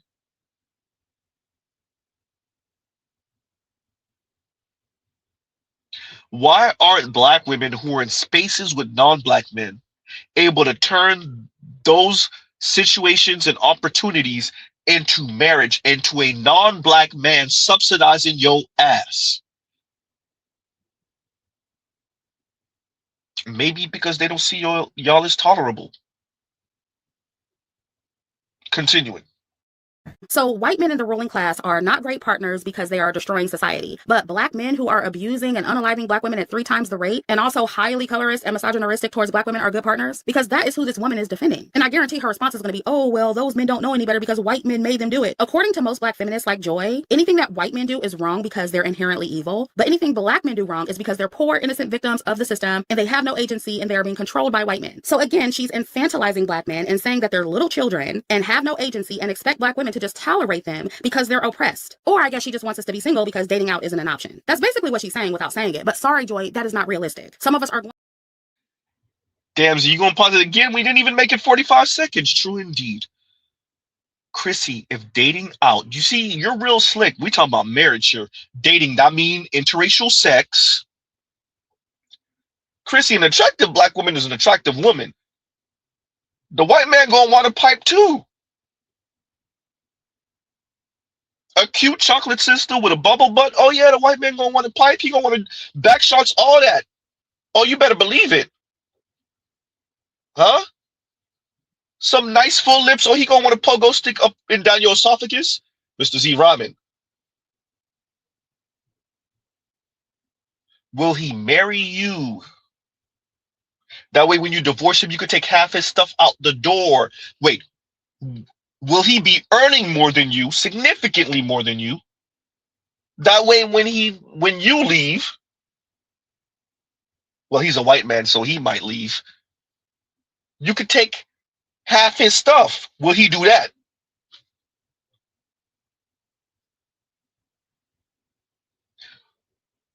Chrissy, let the young lady say it again for you. Vita's back with another one. Let me know if you agree or disagree. So I had put up a post the other day pretty much saying that the reason why black men are choosing to date outside of their race is because of black women's entitlements and attitudes towards black men. And all I saw was a whole bunch of negative comments from black women bashing black men yet again, talking about how they ain't ish and all this other negativity. But again, let's go back to the stats. I love stats, right? Because black men are more likely to be able to marry and date outside of their race than black women. Black women are the least likely for another race to want to come and marry them. So my thing is, I need black women to wake up and realize if the black man doesn't choose us, who's going to be choosing us? Because it's a very slim chance that another race will choose us. Chrissy, did you hear the young lady? By the way, Chrissy knows this. Mr. Z just playing this clip just because, to emphasize the point. Chrissy knows this. Chrissy knows this. Chrissy knows people like Mr. Z know this. But she still gotta say it though. She still has to forward that black women expand their options and date out. Huh? And instead of you getting your heart broken by a black man, you getting torn out the frame by a white man who didn't see you as nothing more than something to do right now anyway. Then you got to see that same white man being married in the next 2, 3, 4, 5 years to a white woman. Because once he get on, he gonna leave your ass for a white girl. Uh-oh.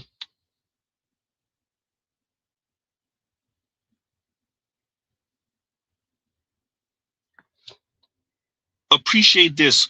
When you're dealing with the Chrissies and their gender war crap, they don't care nothing about that. They don't care nothing about the truth and the facts and the history and none of that. F those black men. They must feel pain. And I'm going to say the meanest, snarkiest, rudest, most dismissive thing humanly possible. Because they ain't ish. Continuing.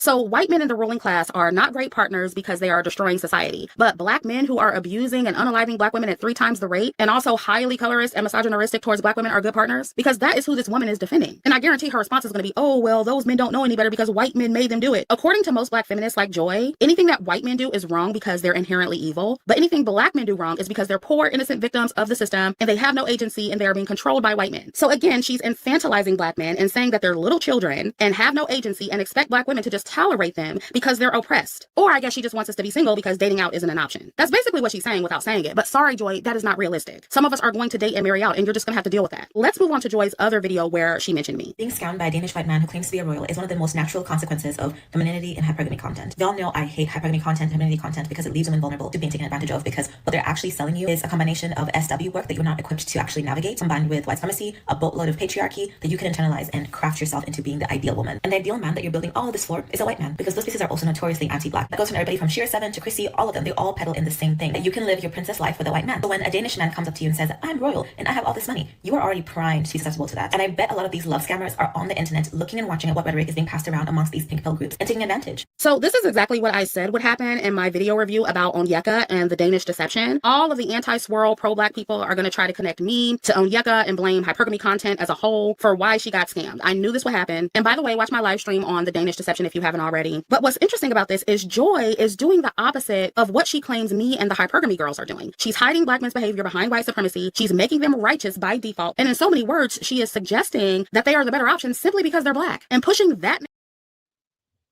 But black men are the better option. Number one, if you're accusing Joy of hiding black men's behavior behind white men, are you not hiding your behavior and white men's behavior behind some supposed colorist black men? Chrissy, has that not also been your project over the past decade? Like white worship because colorist black men. Have you not done that over the past decade?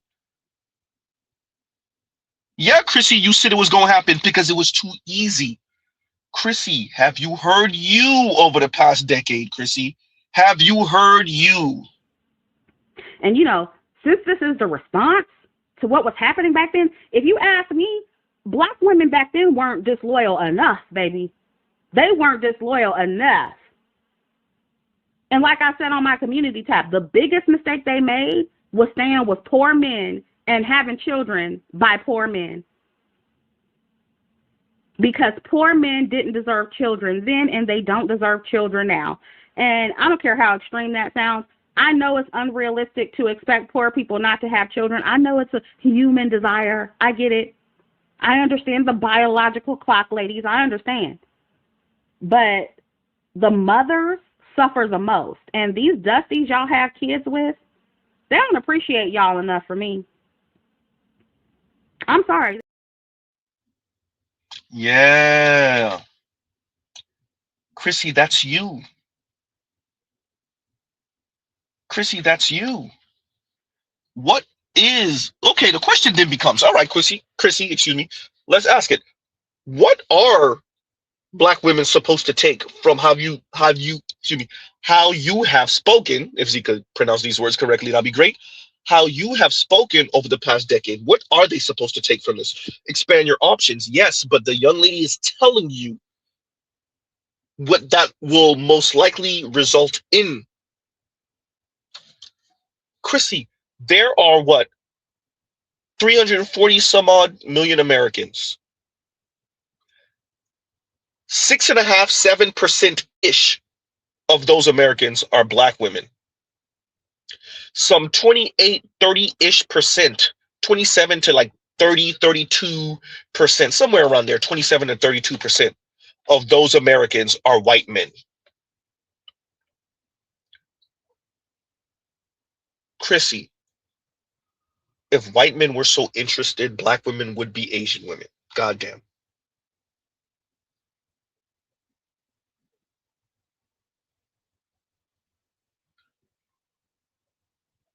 Chrissy, I'm playing you in your own words. You said black women were too loyal in the middle of Jim Crow. As if they were supposed to do what exactly? Black women were too loyal, what, on the plantation? Black women were too loyal during what, Jim Crow? Black women were too loyal during what, Reconstruction?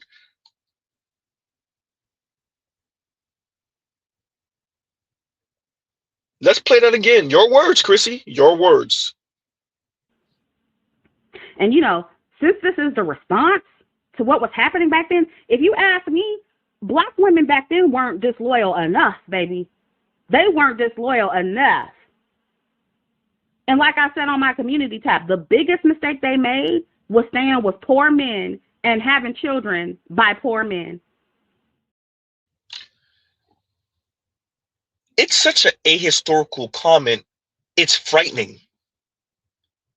Like, appreciate Mr. Z plays these clips from black women, sometimes other black people, black men included. It's frightening because it's so ahistorical. Okay, let's go with it, Chrissy. Black women weren't disloyal enough. Where were black women supposed to go? Were black women supposed to throw themselves to racist white men? Huh? What, black women were supposed to have no children in 1950 something, 1960 something, 1970 something? You said black women weren't disloyal enough. As if black women had a choice in 1963, 1955. White men were murdering children under churches. They were bombing church. I mean, you had Dylann Roof just shoot up a church in 2015, but that's neither here nor there. We just gonna pretend like that didn't happen. Huh? White men and white women were spitting on black children trying to go to school, trying to integrate schools. Black women weren't disloyal enough. Your words. Black women weren't disloyal enough. See, Chrissy, see the difference between Z and you? We talking about 1940 something, 1950 something, 1960 some odd, 1970 some odd. People are buying homes till this day with racist covenants on them. Don't sell this house to no goddamn black people. Huh? People are buying homes today in 2025 and still seeing stuff like that. Huh? Chrissy, people are selling homes. Black people are selling homes today. And the agent will tell them, hey, could we take down all the pictures of your family? Because, yeah, the house will be appraised for less because, it's owned by a black person currently. And yeah. That's happening today, Chrissy. And you're saying in 1950 some odd, 1960 some odd, 1930 some odd, 1920 some odd. Huh? You trying to tell me when Woodrow Wilson was president and they were playing Birth of a Nation in the White House, black women weren't disloyal enough? Huh? Black women black women weren't disloyal enough while Woodrow Wilson was playing Birth of a Nation and the Klan was out here riding around on horses with white hoodies. Huh? White folks were out here firebombing churches. Huh? White folks were deleting Fred Hampton, Medgar Evers and whatnot. But at the same time, black women should have been throwing the vagina at the white dudes because black women weren't disloyal enough in the 70s. in the 60s, in the 50s, in the 40s, in the 30s. What happened to Malcolm X's father? Oh, the problem is that Malcolm X's mom wasn't disloyal enough. Huh?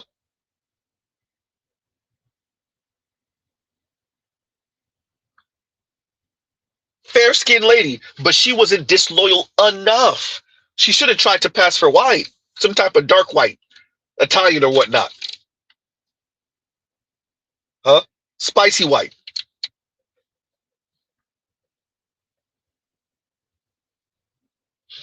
Huh?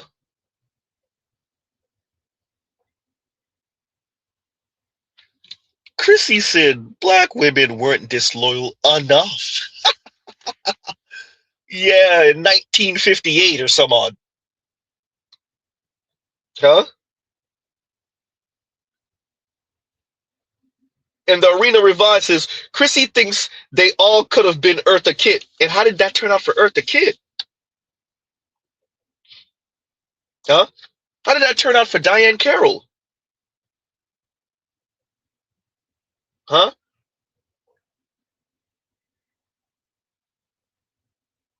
How did it turn out?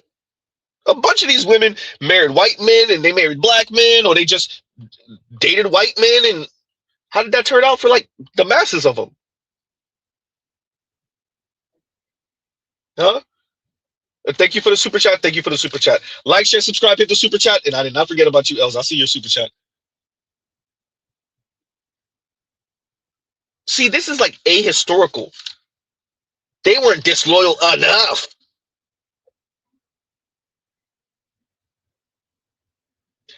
That's what happens when you are a couple of generations out of Jim Crow, some generations out of slavery and overt white colonialization of the African world, the black world. Your daughters, and some of your wayward ass sons, but your daughters talk like this. Ahistorical as hell. And hell is not the word I wanted to use. Ahistorical as hell.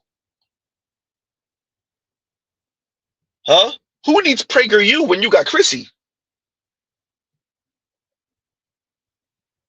Talk about revisionist history. Who needs PragerU when you have Chrissie?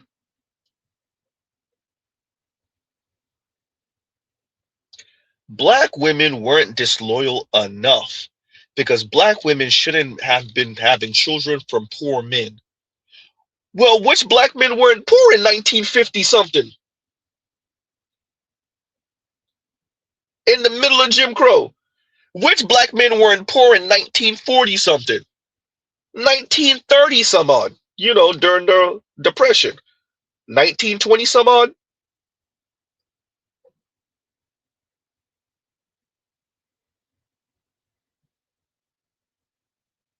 Black women shouldn't have been having children from poor men.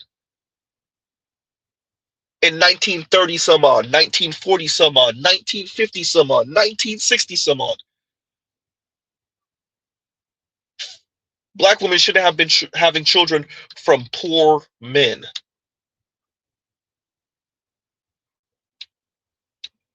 And black women weren't disloyal enough. Chrissie, these are your words. These are your words that you try to put out disclaimers afterward, or you trying to damage control when people start calling you out. This is you. I really wanted to title this earlier, This You? Because you forgot how you've spoken over the past decade. All hell Balamusio says, weren't there poor white dudes too? Yes. The median income in America is $43,000 a year. You better believe there's a boatload of white men that are under that. That are 43 and 45 and 40 and $38,000 a year. I think what happens is like a lot of us live in these major cities, right? On the coast. We live like Mr. Z in South Florida, or we live somewhere in Chicago or the surrounding area. We live somewhere in the tri-state area or the Northeast. We live somewhere around DC. We live somewhere on the West Coast, Seattle, the Bay Area, SoCal, Southern California. We live somewhere in Texas, one of the major cities in Texas. And we do all this goddamn talking when the majority of black folks live in the black belt in the South. Huh? Still the majority of black people live in the South. So it's easy to talk like a black woman could just find her a non-racist white dude at the snap of a finger. Say that to black women in Arkansas. Say that to black women in certain parts of Tennessee, certain parts of Georgia outside of Atlanta. Huh? Certain parts of Mississippi or Alabama, certain parts of Louisiana. Say that to black women there. Black women still going through it with white dudes in LA, in Seattle. Huh? Was it Only Logical that covered that video of black homegirl? I think she moved with white dude to Alaska. They kept on having back and forth. She brought him a car. I think it was a Camaro. And then he left her ass and moved that back in with his parents. Black women are going through it with white dudes everywhere. But Chrissy speaking about black women in the 60s and 50s and 40s, 70s weren't disloyal enough. Black women can't even pull off the swirler divester stuff they want to do in 2025.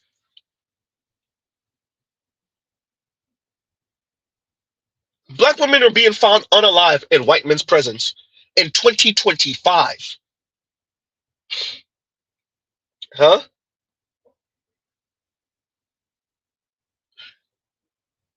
Non-black men are pretending to like and love black women for television gigs in 2025. You want to talk about what a black woman could pull off in 1960 something? 1950 some odd?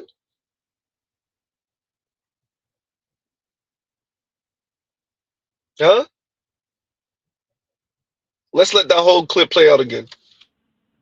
And since this is the response to what was happening back then, if you ask me, black women back then weren't disloyal enough, baby. They weren't disloyal enough. And like I said on my community tab, the biggest mistake they made was staying with poor men and having children by poor men. Because poor men didn't deserve children then, and they don't deserve children now. And I don't care how extreme that sounds. I know it's... So when the young lady essentially calls you a classist, how are you not a classist? Poor men don't deserve children, didn't deserve children then, and they don't deserve children now. Poor men didn't deserve children then, and they don't deserve children now.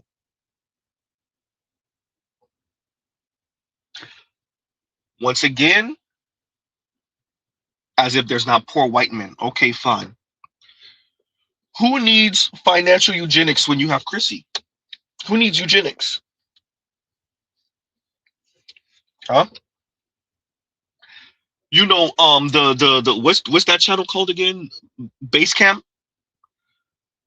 When they speak on the low birth rate amongst black people, especially those of us, I think they said higher, above the 50% line, which it takes a lot of energy as a black person, definitely a black man, to be above the 50% line in income in America. And Chrissie is saying you don't deserve children. Like, yeah, poor black men don't deserve children even more than you don't. But you don't deserve children either because, number one, you're a black man, so there's that. Should kill off your legacy. But secondly, you're not a white man. And third, you're not an elite white man.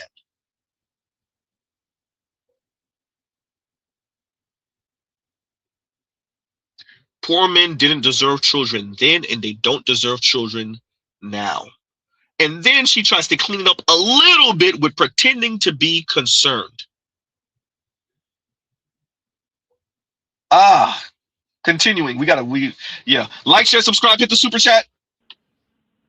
And, since this is the response to what was happening back then, if you ask me, black women back then weren't disloyal enough, baby. They weren't disloyal enough. And like I said on my community tab, the biggest mistake they made was staying with poor men and having children by poor men. Because poor men didn't deserve children then, and they don't deserve children now. And I don't care how extreme that sounds. I know it's unrealistic to expect poor people not to have children. I know it's a human desire. I get it. I understand the biological clock, ladies. I understand. But the mothers suffer the most. And these dusties y'all have kids with, they don't appreciate y'all enough for me. I'm sorry. Yeah. And she feigns concern at the end. These dusties y'all be having children from, they don't appreciate y'all enough for me. Right? So this sounds like Wednesday. Wednesday's a young lady that used to be on one of Zoe Williams' shows. And there was an episode where Tone Talks was there. And Tone Talks and her were going back and forth, and he asked her a couple of questions, and she said something like, "Oh yeah, I'm gonna be a millionaire before I have children. I'm not gonna have children until I see $1 million." Nothing wrong with that. Now y'all know Tone Talks is big on the money talk, and he knows his numbers. And he was like, "Wait, $1 millionaire before you have kids?" And she was like, "Yeah," and she was dead ass serious too. Oh yeah, and she was a divester also. Of course she was. Huh? Now, have you seen Wednesday? You would wonder what type of white man she pulling, but okay, that's besides the point. Huh?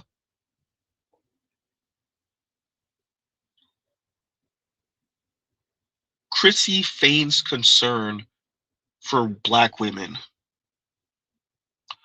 while she really is waging a gender war against black men, using concern for black women and dark-skinned black women advocacy as the carrot, as the draw. Huh? Exactly. Crabby Abby says appreciate equal worship, and that's all it is. They don't appreciate y'all enough for me. They don't worship y'all enough for me. Exactly.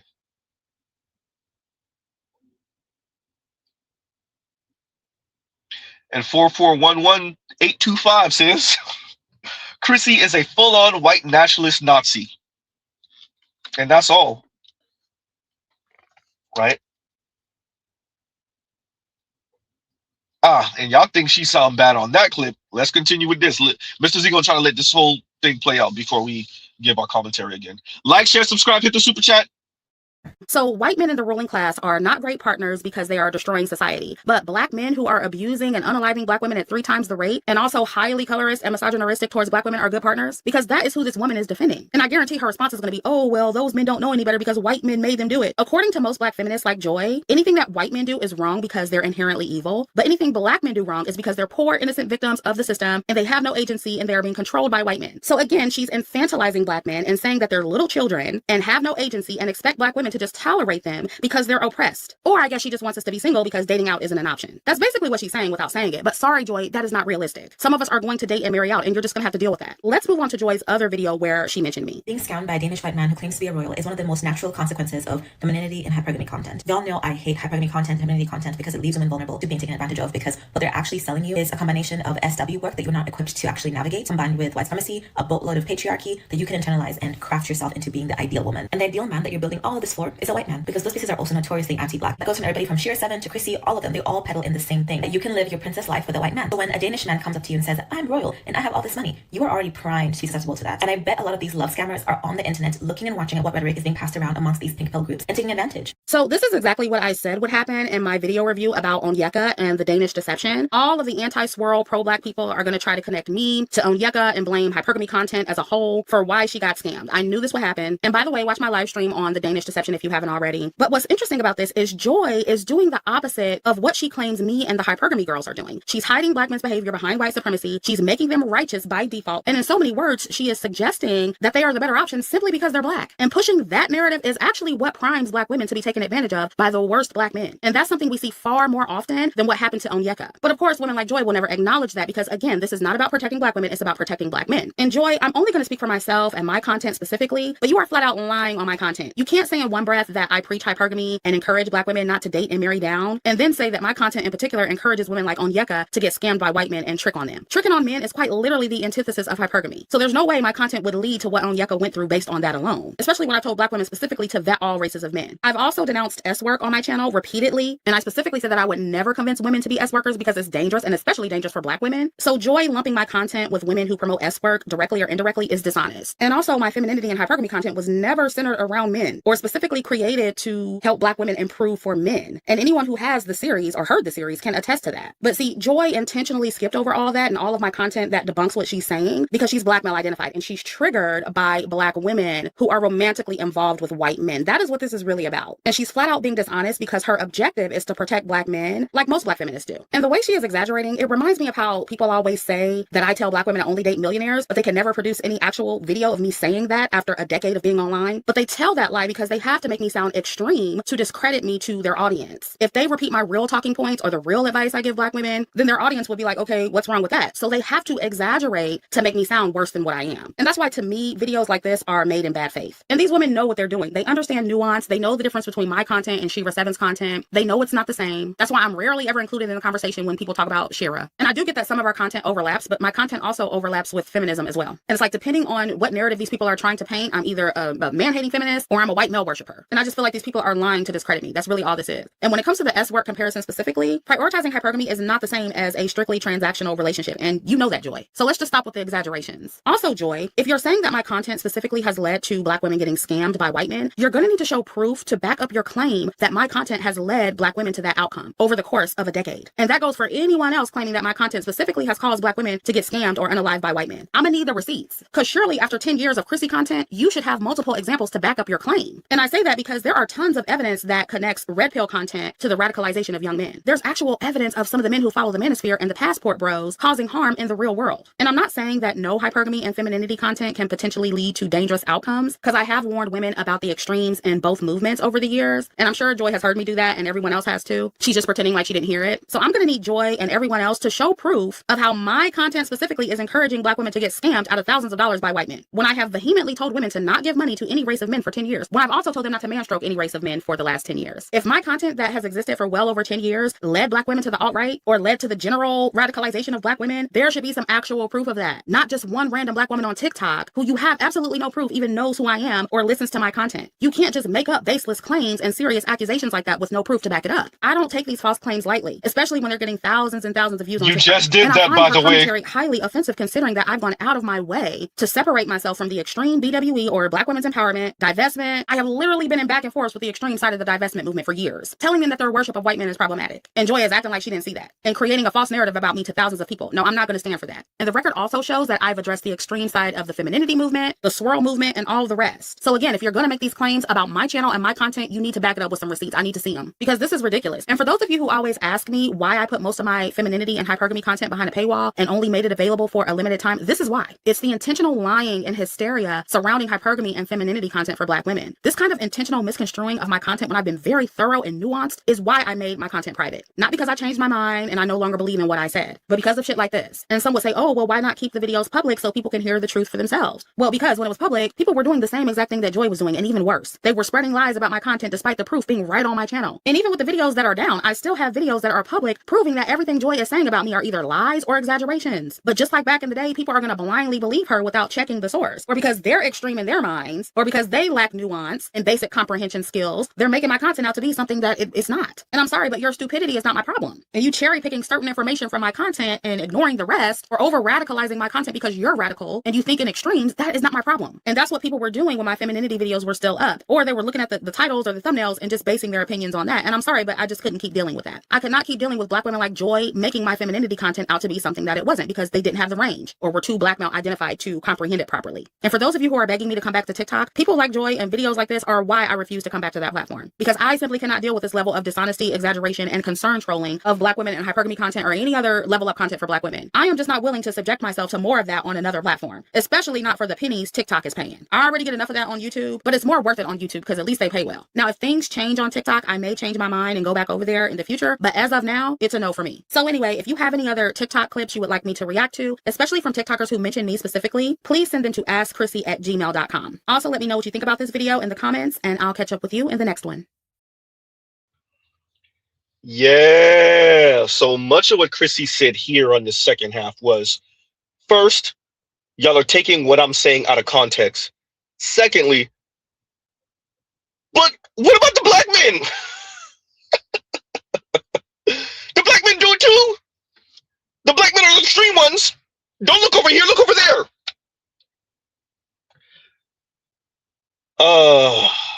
Chrissie. Chrissie, you exist. You try to throw people like Z under the bus with this supposed talk of extremism. We know that alphabet boys are listening. There's that. Number one. Number two, Chrissie, you exist. Again, goddamn Z, you just said that, I know. Chrissie, black women are going to continue to get caught up. You put out disclaimer videos really to save your own ass. It's not actually disclaimer videos. Huh? It's damage control videos.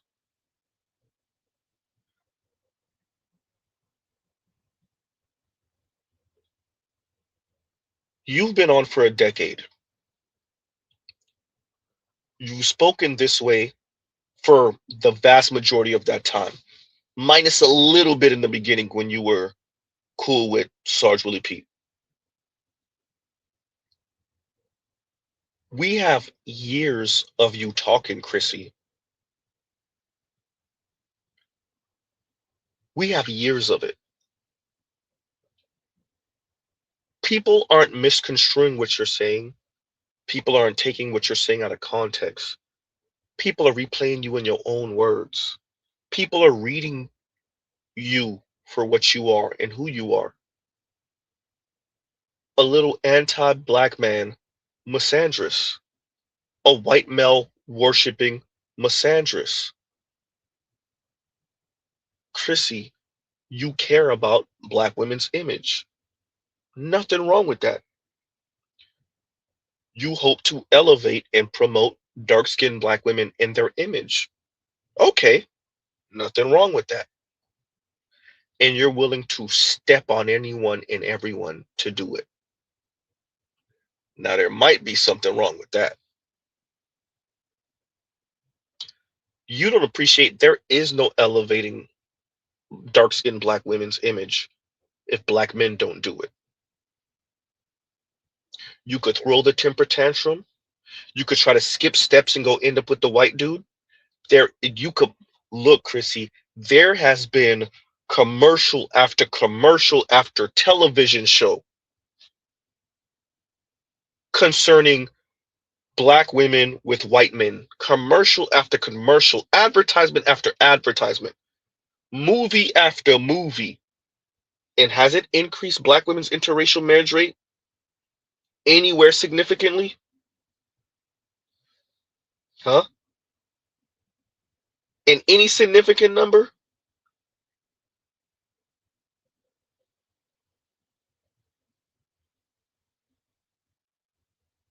Black women hear you also, Chrissy. The young lady Joy hears you. Yes, you do sound extreme. Yes, you do.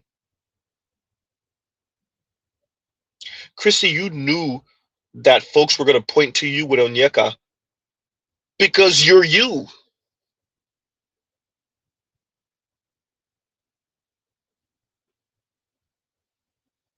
When we found out that the Kings of Queen lady or the Queens of King lady, little petite, dark skinned lady with the big show looking white husband, when she went off on him and she started saying, I paid for this, I did that, I did this,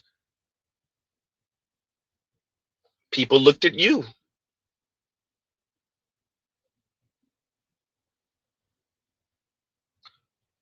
Chrissy, you said Onyeka definitely could have listened to me because essentially you make sure that ain't no black women ain't spending no money on no man. It's not gonna happen, Chrissy.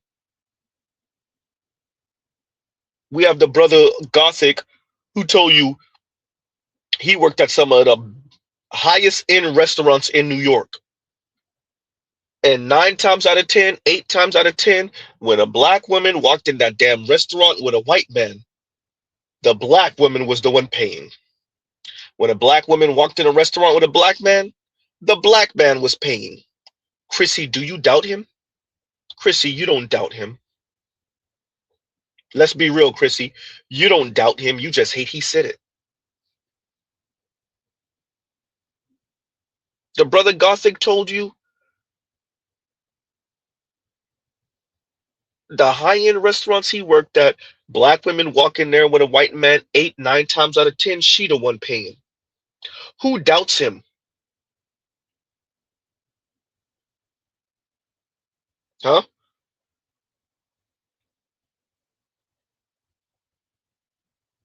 Chrissy, your gender war against black men in specific, your white worship of white men in specific is how we get here. We're going to continue to have stories of black women being deleted by white men. We're going to continue to have stories of white men having children with black women and running. Y'all want to talk about going to get the milk and not coming back for 20 years? Huh? You're going to continue to have stories of black women who have one night stands with white dudes, walk out the room and realize there's a goddamn Confederate flag on the living room wall. Yes, that's a real story. Huh?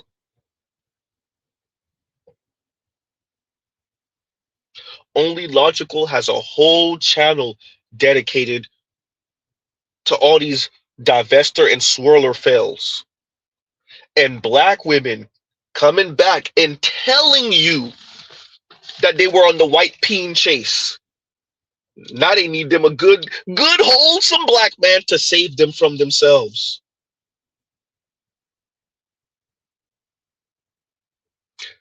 Chrissy, not saying there's not one or two videos like that from black men. As a matter of fact, you read a letter years and years and years and years and years ago where a brother said something like that. Not saying it don't exist, but how much is there? Chrissy, me and you both know black women have far more horror stories. There's a pun somewhere in there. I could switch that word around. Concerning non-black men than black men have concerning non-black women. Me and you both know that. Chrissy, this is the price of black women's autonomy and women like you saying to them to quote unquote expand their options. Chrissy, I don't know if you looked at the environment. It's not really much where to go outside of black men.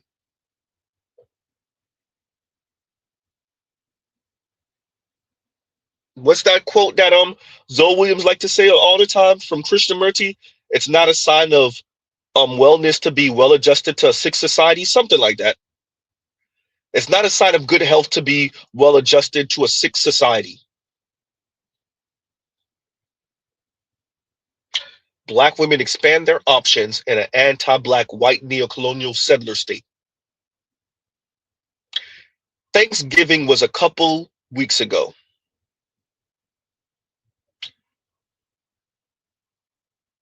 Slaughter of the Indigenous Day was a couple weeks ago. Huh?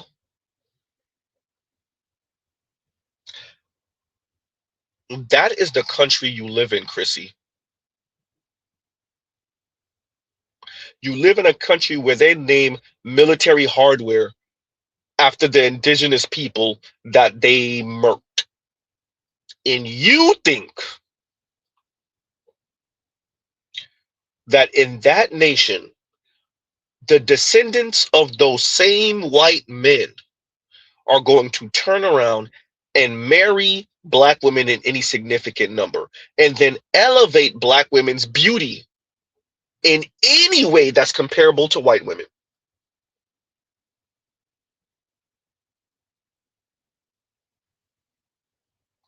While Donald Trump's DOJ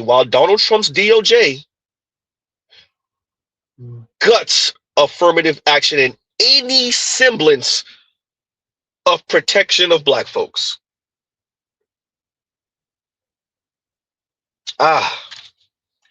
Anyway, Els Active says the initial skirmishes of Kishorin Civil War. Stand back, fellas, and witness history. Chrissie has gone back and forth with a couple of these. She went back and forth with I just said that too, with Julesy years ago. This had to be like, oh man, maybe 4 or 5 years ago. Maybe even longer than that. Yeah, something like that. She went back and forth with Julesy, and Chrissie said the most ignorant thing you could imagine. Chrissie said something along the lines, women like y'all be reading too much books. Something like that.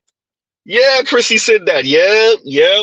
I'm paraphrasing, but essentially, right? Yeah, Chrissie gonna protect her little lane, her little space, right? Her little content. She's selling fantasy. Chrissie, you lucky Mr. Z didn't record that when you said that years ago. That is something else Chrissie said about maybe 6 or so years ago.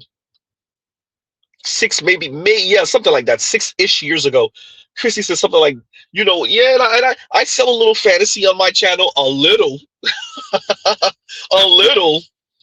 Oh, man. So, yeah, Chrissie been getting into these little skirmishes for years and years, right? She done went back and forth with Divested Zealot and all that, right?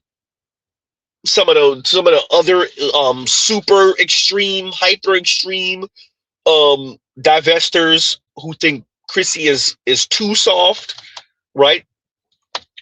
Yeah, Chrissie been going back and forth with these people for a while. And they all make anti-black male misandrous content. Some of them are more informed by your standard issue white feminism. Some of them are more radical in the F black men. We need to all end up with white men. Forget just quote unquote expanding your options, like Chrissie says. Some of them are radfem, like political lesbians. Some of them are more aligned with Chrissie's type of talk. Either way, they're all extremists. It's just varying levels or flavors, better yet, of extremism. And because Chrissie is one flavor, she act like she's not extreme. Huh? Well, I'm not like this one, but you're still extreme though. Huh? And you can put out your disclaimers every once in a while. Everybody hear you. The reason why everyone looks at you, whenever one of these Onyeka style stories happen, or Jordy Turner Smith styled stories happen, it's because the way you've been speaking on these interwebs for years. That's why everyone turns around and looks at you. So yeah, Els, yeah. The skirmishes, yeah, Chrissy been getting these skirmishes for a while. And St. Cyr says, and thank you for the super chat. Like, share, subscribe. Z said again. Like, share, subscribe, hit the super chat. Shout out to the replay gang. Hype button and thank you button, please and thank you. And St. Cyr says the black men are the quote unquote extreme ones. Chrissy, black men don't have meetings with no daughters of the Confederacy and plot on exterminating black women from society, unlike your swirler and divester broad of vampires.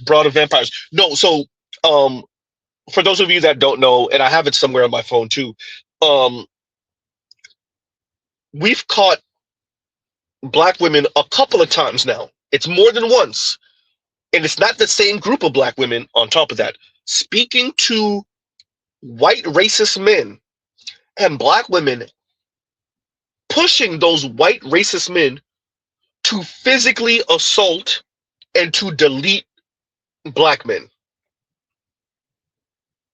We had a panel on Clubhouse that we had recorded, what's that, maybe 3 or 4 years old at this point, where black women were speaking to a white officer about regulating black men and how they get off on that.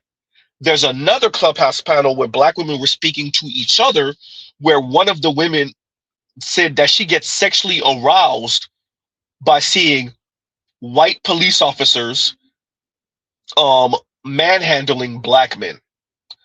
Then there's a recent panel where black women were speaking to a racist white dude, and he was like, what would y'all like for us to do?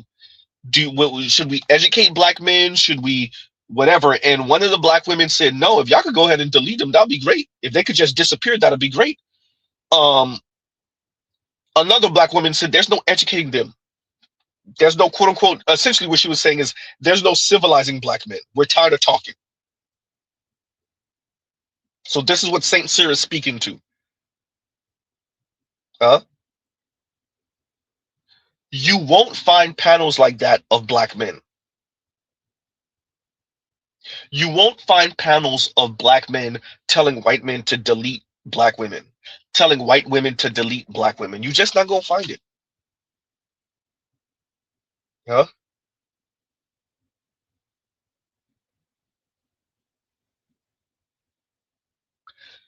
Chrissy thinks because she don't sound exactly like them that she's not on the same ideological line as them.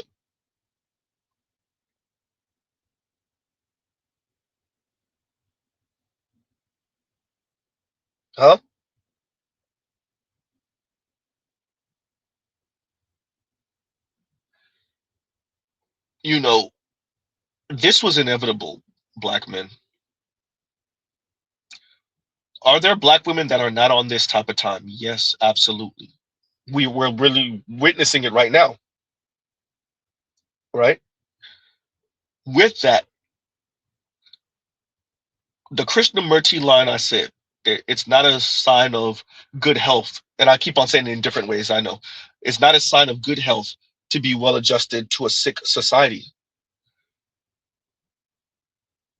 With quote unquote integration, it was inevitable that you would have black folks like the Hodge twins, black folks like Chrissie, black folks like Candace Owens, right? Black folks like Stacey Dash. I know Jody Turner Smith is not from the US, but black folks like Jody Turner Smith. It was inevitable because you never fixed the anti-blackness. You just threw a bunch of black people into a pressure cooker of anti-blackness and then just let them deal with it however they gonna deal with it. And so the Chrissies of the world were inevitable. Huh? The Brandon Tatums of the world were inevitable.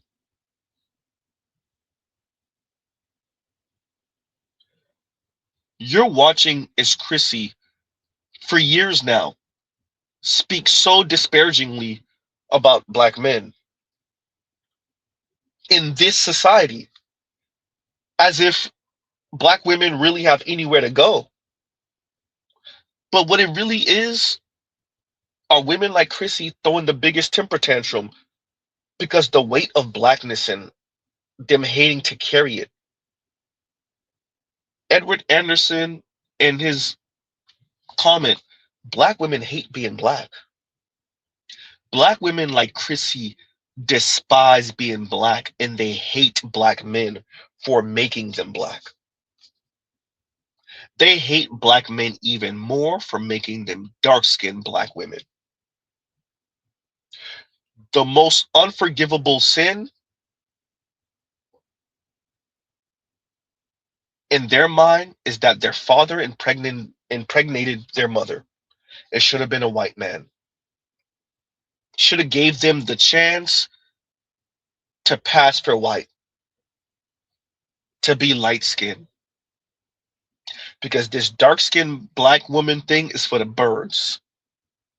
And it's because of you goddamn black men, particularly dark-skinned black men. Huh?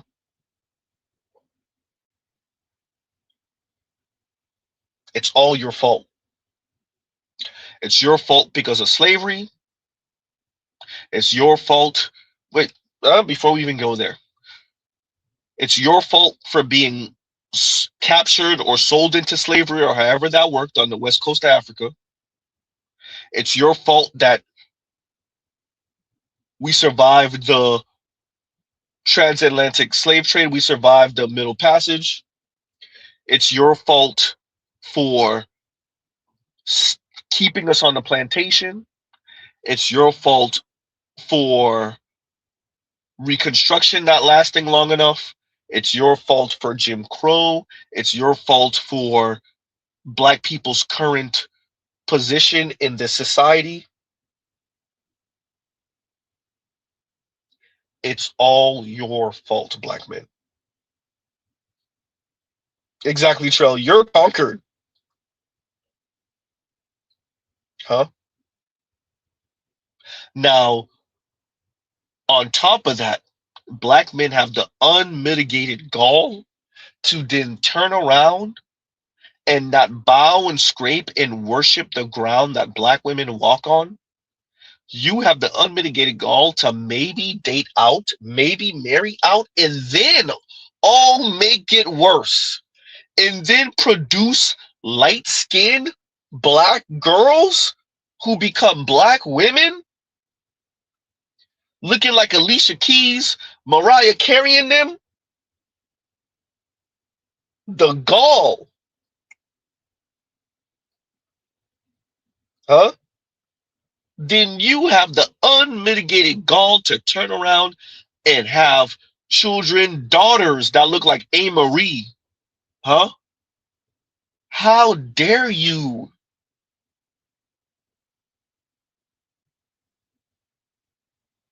Huh? For those of you that's too young, Mr. Z is talking about A. Marie, the Korean black singer, Just One Thing, A. Marie. Some of y'all too young, y'all don't know. Huh? Yeah.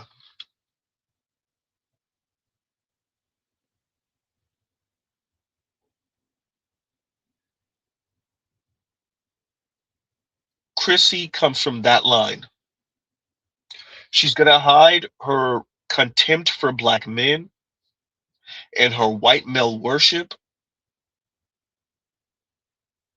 behind advocacy for dark-skinned black women. And Mr. Z need to stop saying that. I'm going to keep on saying it.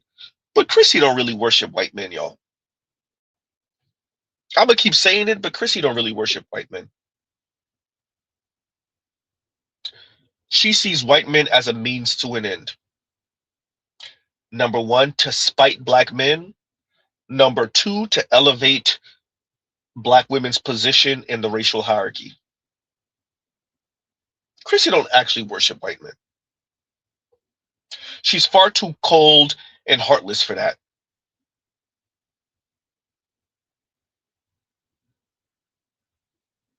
Chrissie only sees white men as a means to an end. The elevation of black women's beauty and image, and that's all it's about, really. And to spite black men. Huh?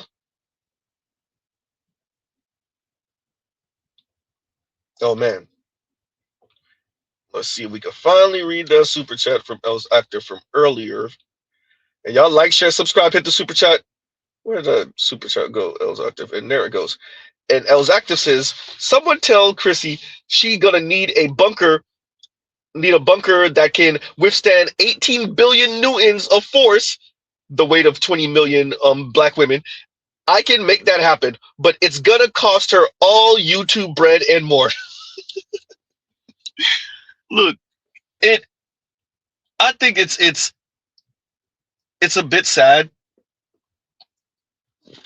because, like, we're seeing and Only Logical has it on his channel, all those black women who said, oh, when you used to have a white boy phase and you go back to black men, or and you're seeing these black women, some of them late teens, so black girls 17, 18, and young black women who they might have did something, they did do something strange for some change with a white dude or two or three, got played, got dogged, got tried, got insulted, realize how anti-black his family is, or realize how anti-black he is. He just had a chocolate tooth at the moment. And then they try to scurry back over here. And like, Chrissie don't really got an answer for them, except get back out there. It's gonna happen. Do it again. Huh?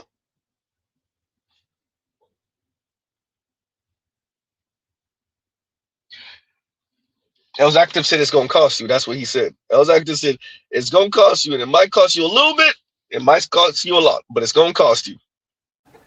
It'll cost you. It may cost you a little. It may cost you a lot. But it will cost you. Huh? And shout out to Chrissie. The stream wasn't supposed to take this long, but I say that every time. Huh? Saint Cyr says, Z, they said it's not fair. It should have been me. And that is what they're saying. Fair. That is not fair! That is not fair! Huh? And we literally have a black woman essentially saying that. She's pulling a Chrissie. But my thing is, like, I don't understand the obsession with trying to make black women settle so much. Y'all don't do this with any other community. Like, seriously. Y'all don't do this with any other community. Do y'all tell white women that they should settle? Because last time I checked, anytime a white girl marries a black man, it's always when he's at his best and when he's rich as hell. You think Kim Kardashian was going to marry Kanye while he was broke and didn't have any money? You think Kanye would have had a chance with Kim then? Or you think Kanye had a chance with Kim when he was a multi-million-dollar rapper? Let's be real. Like, y'all don't say this to any other group but us. We're tired of settling. We're tired.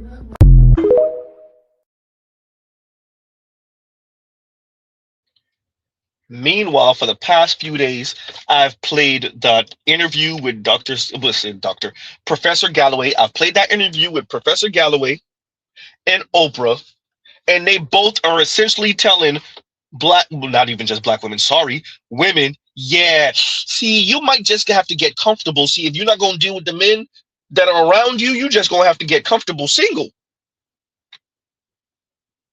This young lady said, y'all don't tell these non-black women to settle. Why do black women always have to settle? Y'all don't tell white women to settle.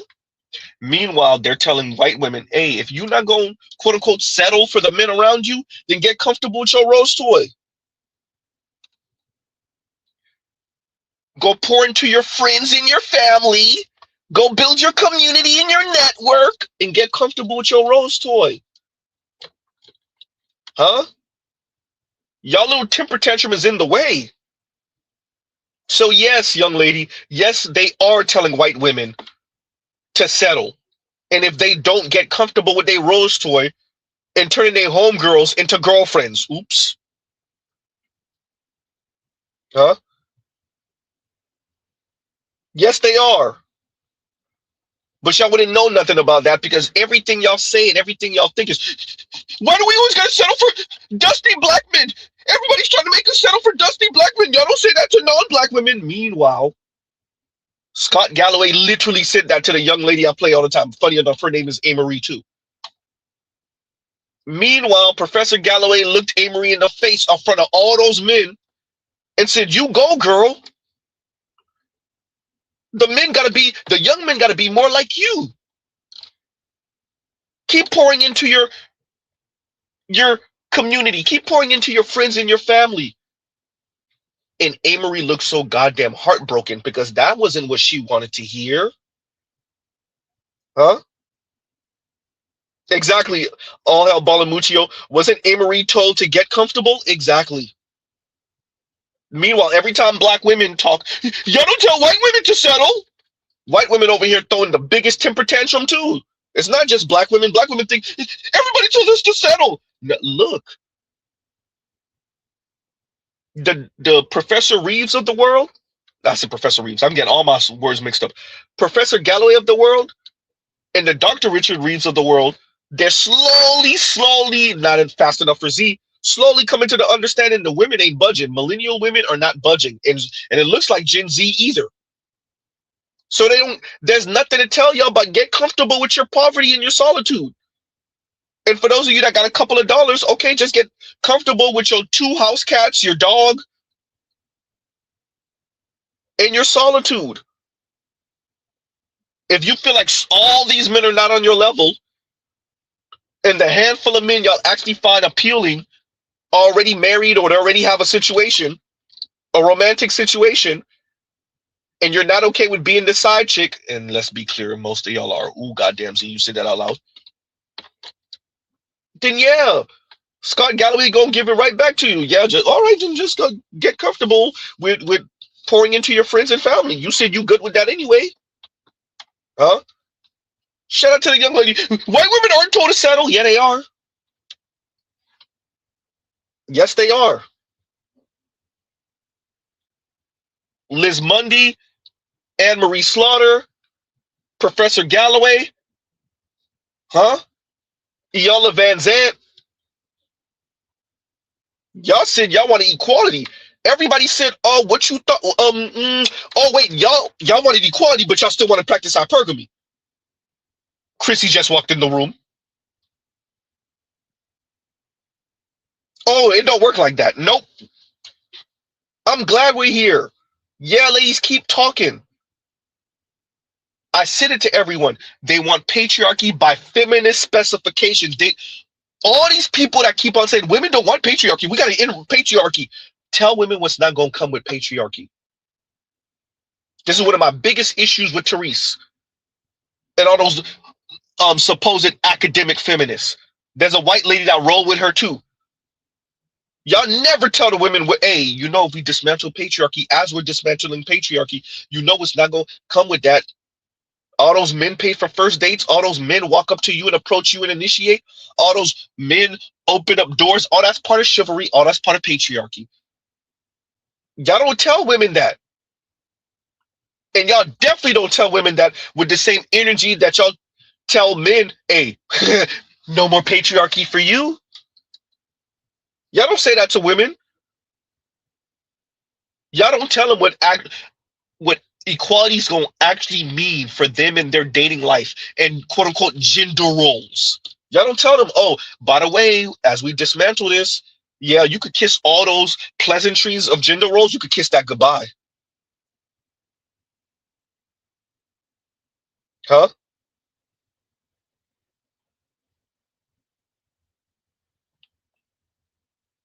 Y'all don't say that to the ladies. Then the ladies are wondering, why aren't men showing up to matchmaking events and the speed dating events? Why aren't men standing up when the train is full to let the women sit down? Why aren't men initiating contact with women anymore? They're not trying to talk to women anymore. Why aren't men outside? Huh? And here come Chrissie telling black women in specific, expand your options to the same white men that are not talking to white women. The same white men that are not approaching white women, black women, expand your options to those white men. Okay, yeah, that's it. Huh?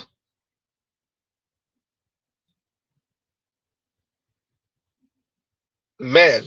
So on that note, y'all, Mr. Z ain't gonna keep y'all too much longer. Like, share, subscribe, hit the super chat. Shout out to the replay gang.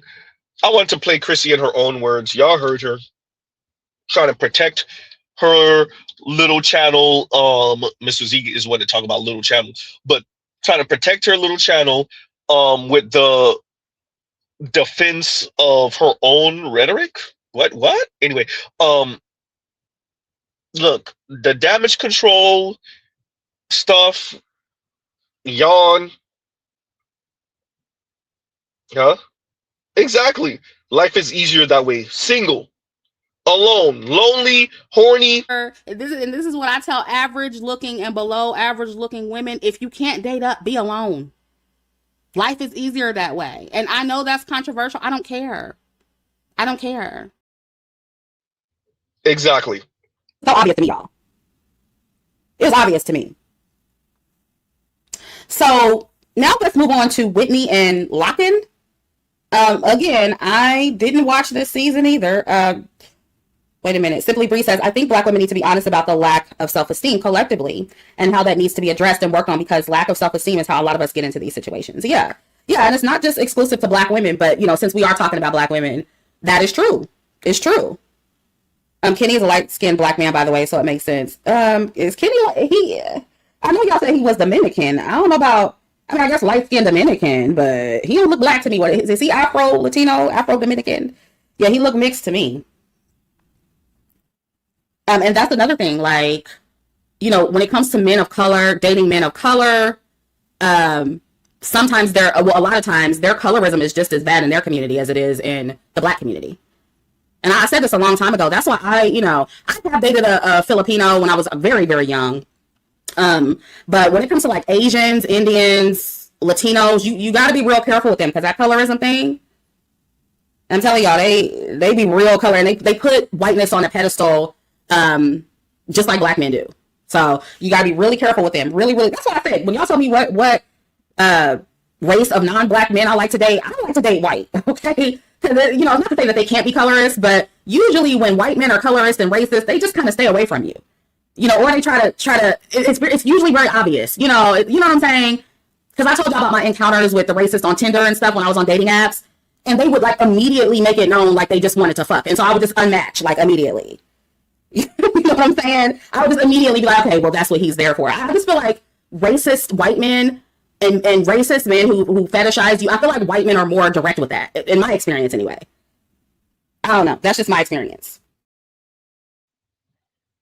Meanwhile, we had a few years ago the black girl that was crying in her car because the white frat bro piped her a couple of times. One of them was real aggressive and damn near was grape.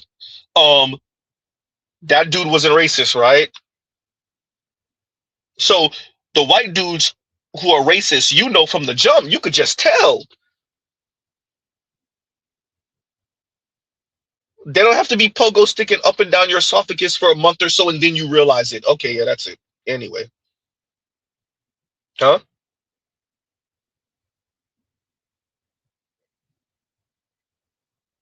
Yeah.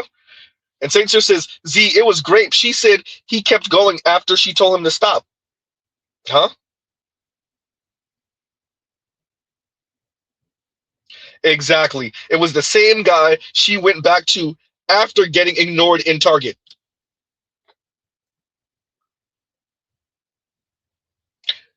Shout out to Chrissie. Chrissie said expand your options because your foremothers weren't disloyal enough. That's what Chrissie said. And since this is the response to what was happening back then, if you ask me, black women back then weren't disloyal enough, baby. They weren't disloyal enough. And like I said on my community tab, the biggest mistake they made was staying with poor men and having children by poor men. Because poor men didn't deserve children then, and they don't deserve children now. And I don't care how extreme that sounds. I know it's unrealistic to expect poor people not to have children. I know it's a human desire. I get it. I understand the biological clock, ladies. I understand. But the mothers suffer the most. And these dusties y'all have kids with, they don't appreciate y'all enough for me. I'm sorry. And Trell says, colorism is a creation of and projection by black women. The majority of black men love them from light bright to damn near white, all the way to dark enough to put fingerprints on charcoal. Hysterical. With that, look at Sarge Willie Pete's community tab. Don't he have like pictures of just absolutely scrumdiddlyumptious dark-skinned black women? Gorgeous dark-skinned black women. Who's overlooking them? Show me all the black men. Who's like, no, she too dark. It's fascinating listening to dark-skinned black women speak about colorism when the majority of black women are overweight. And the average black woman is what, 5'4", 5'5", 186, 89 pounds? So essentially 190. Essentially 190 pounds at 5'4" or 5'5". But the issue is colorism, not your weight. This is when the feminists talk about fat phobic. Huh? It's colorism, not your weight. Huh?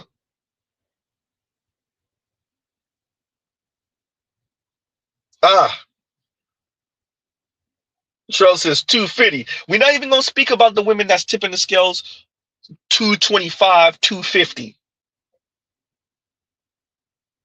Black women are not only overweight, they're the most obese percentage-wise in America. Mr. Z couldn't get those words out. As a percentage of their population, they're the most obese. It's insane.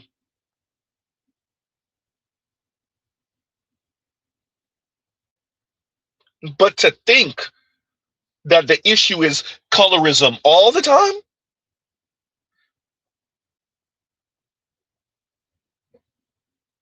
Huh?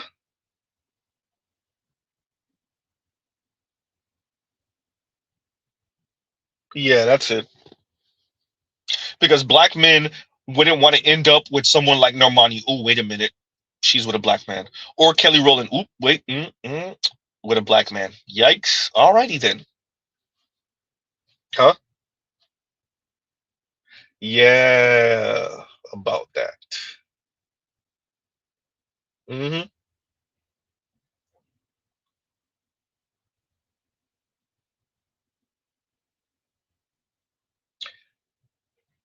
Saint Cyr says 190 at 5'1". But then when she not getting chosen upon by any man, she gonna blame black men and then say it's colorism. Yeah, that's it. Imagine that. Imagine being 5'1", 5'2", 5'3", 5'4", 5'5", tipping the scales at 190 and not being chosen by any man, but then claiming black men issue is colorism. You're not being chosen up by any man. And if you were to be chosen by someone worth a damn, it would be a black man.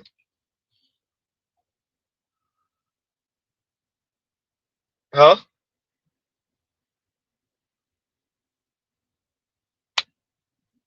Anyway, y'all, Look, Mr. Z can't be too long, so we'll pause right here. We ain't gonna hit the 3 hour mark.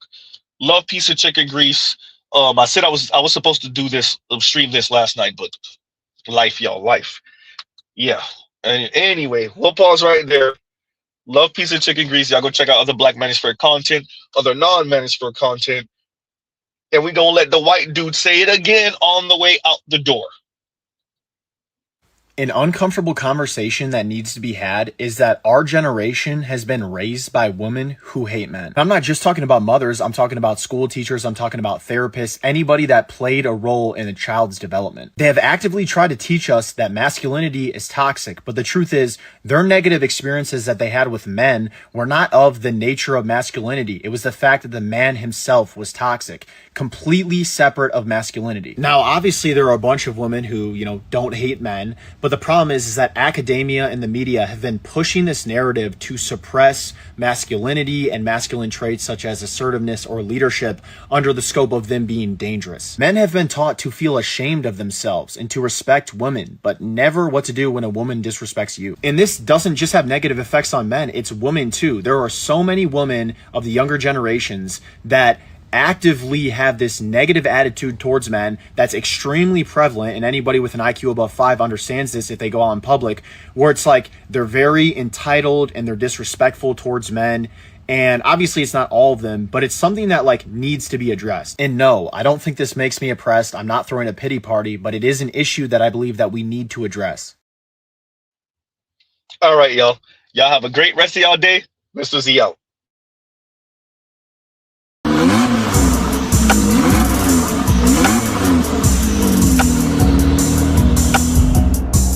You are now listening to Mr. Z Blackneffect.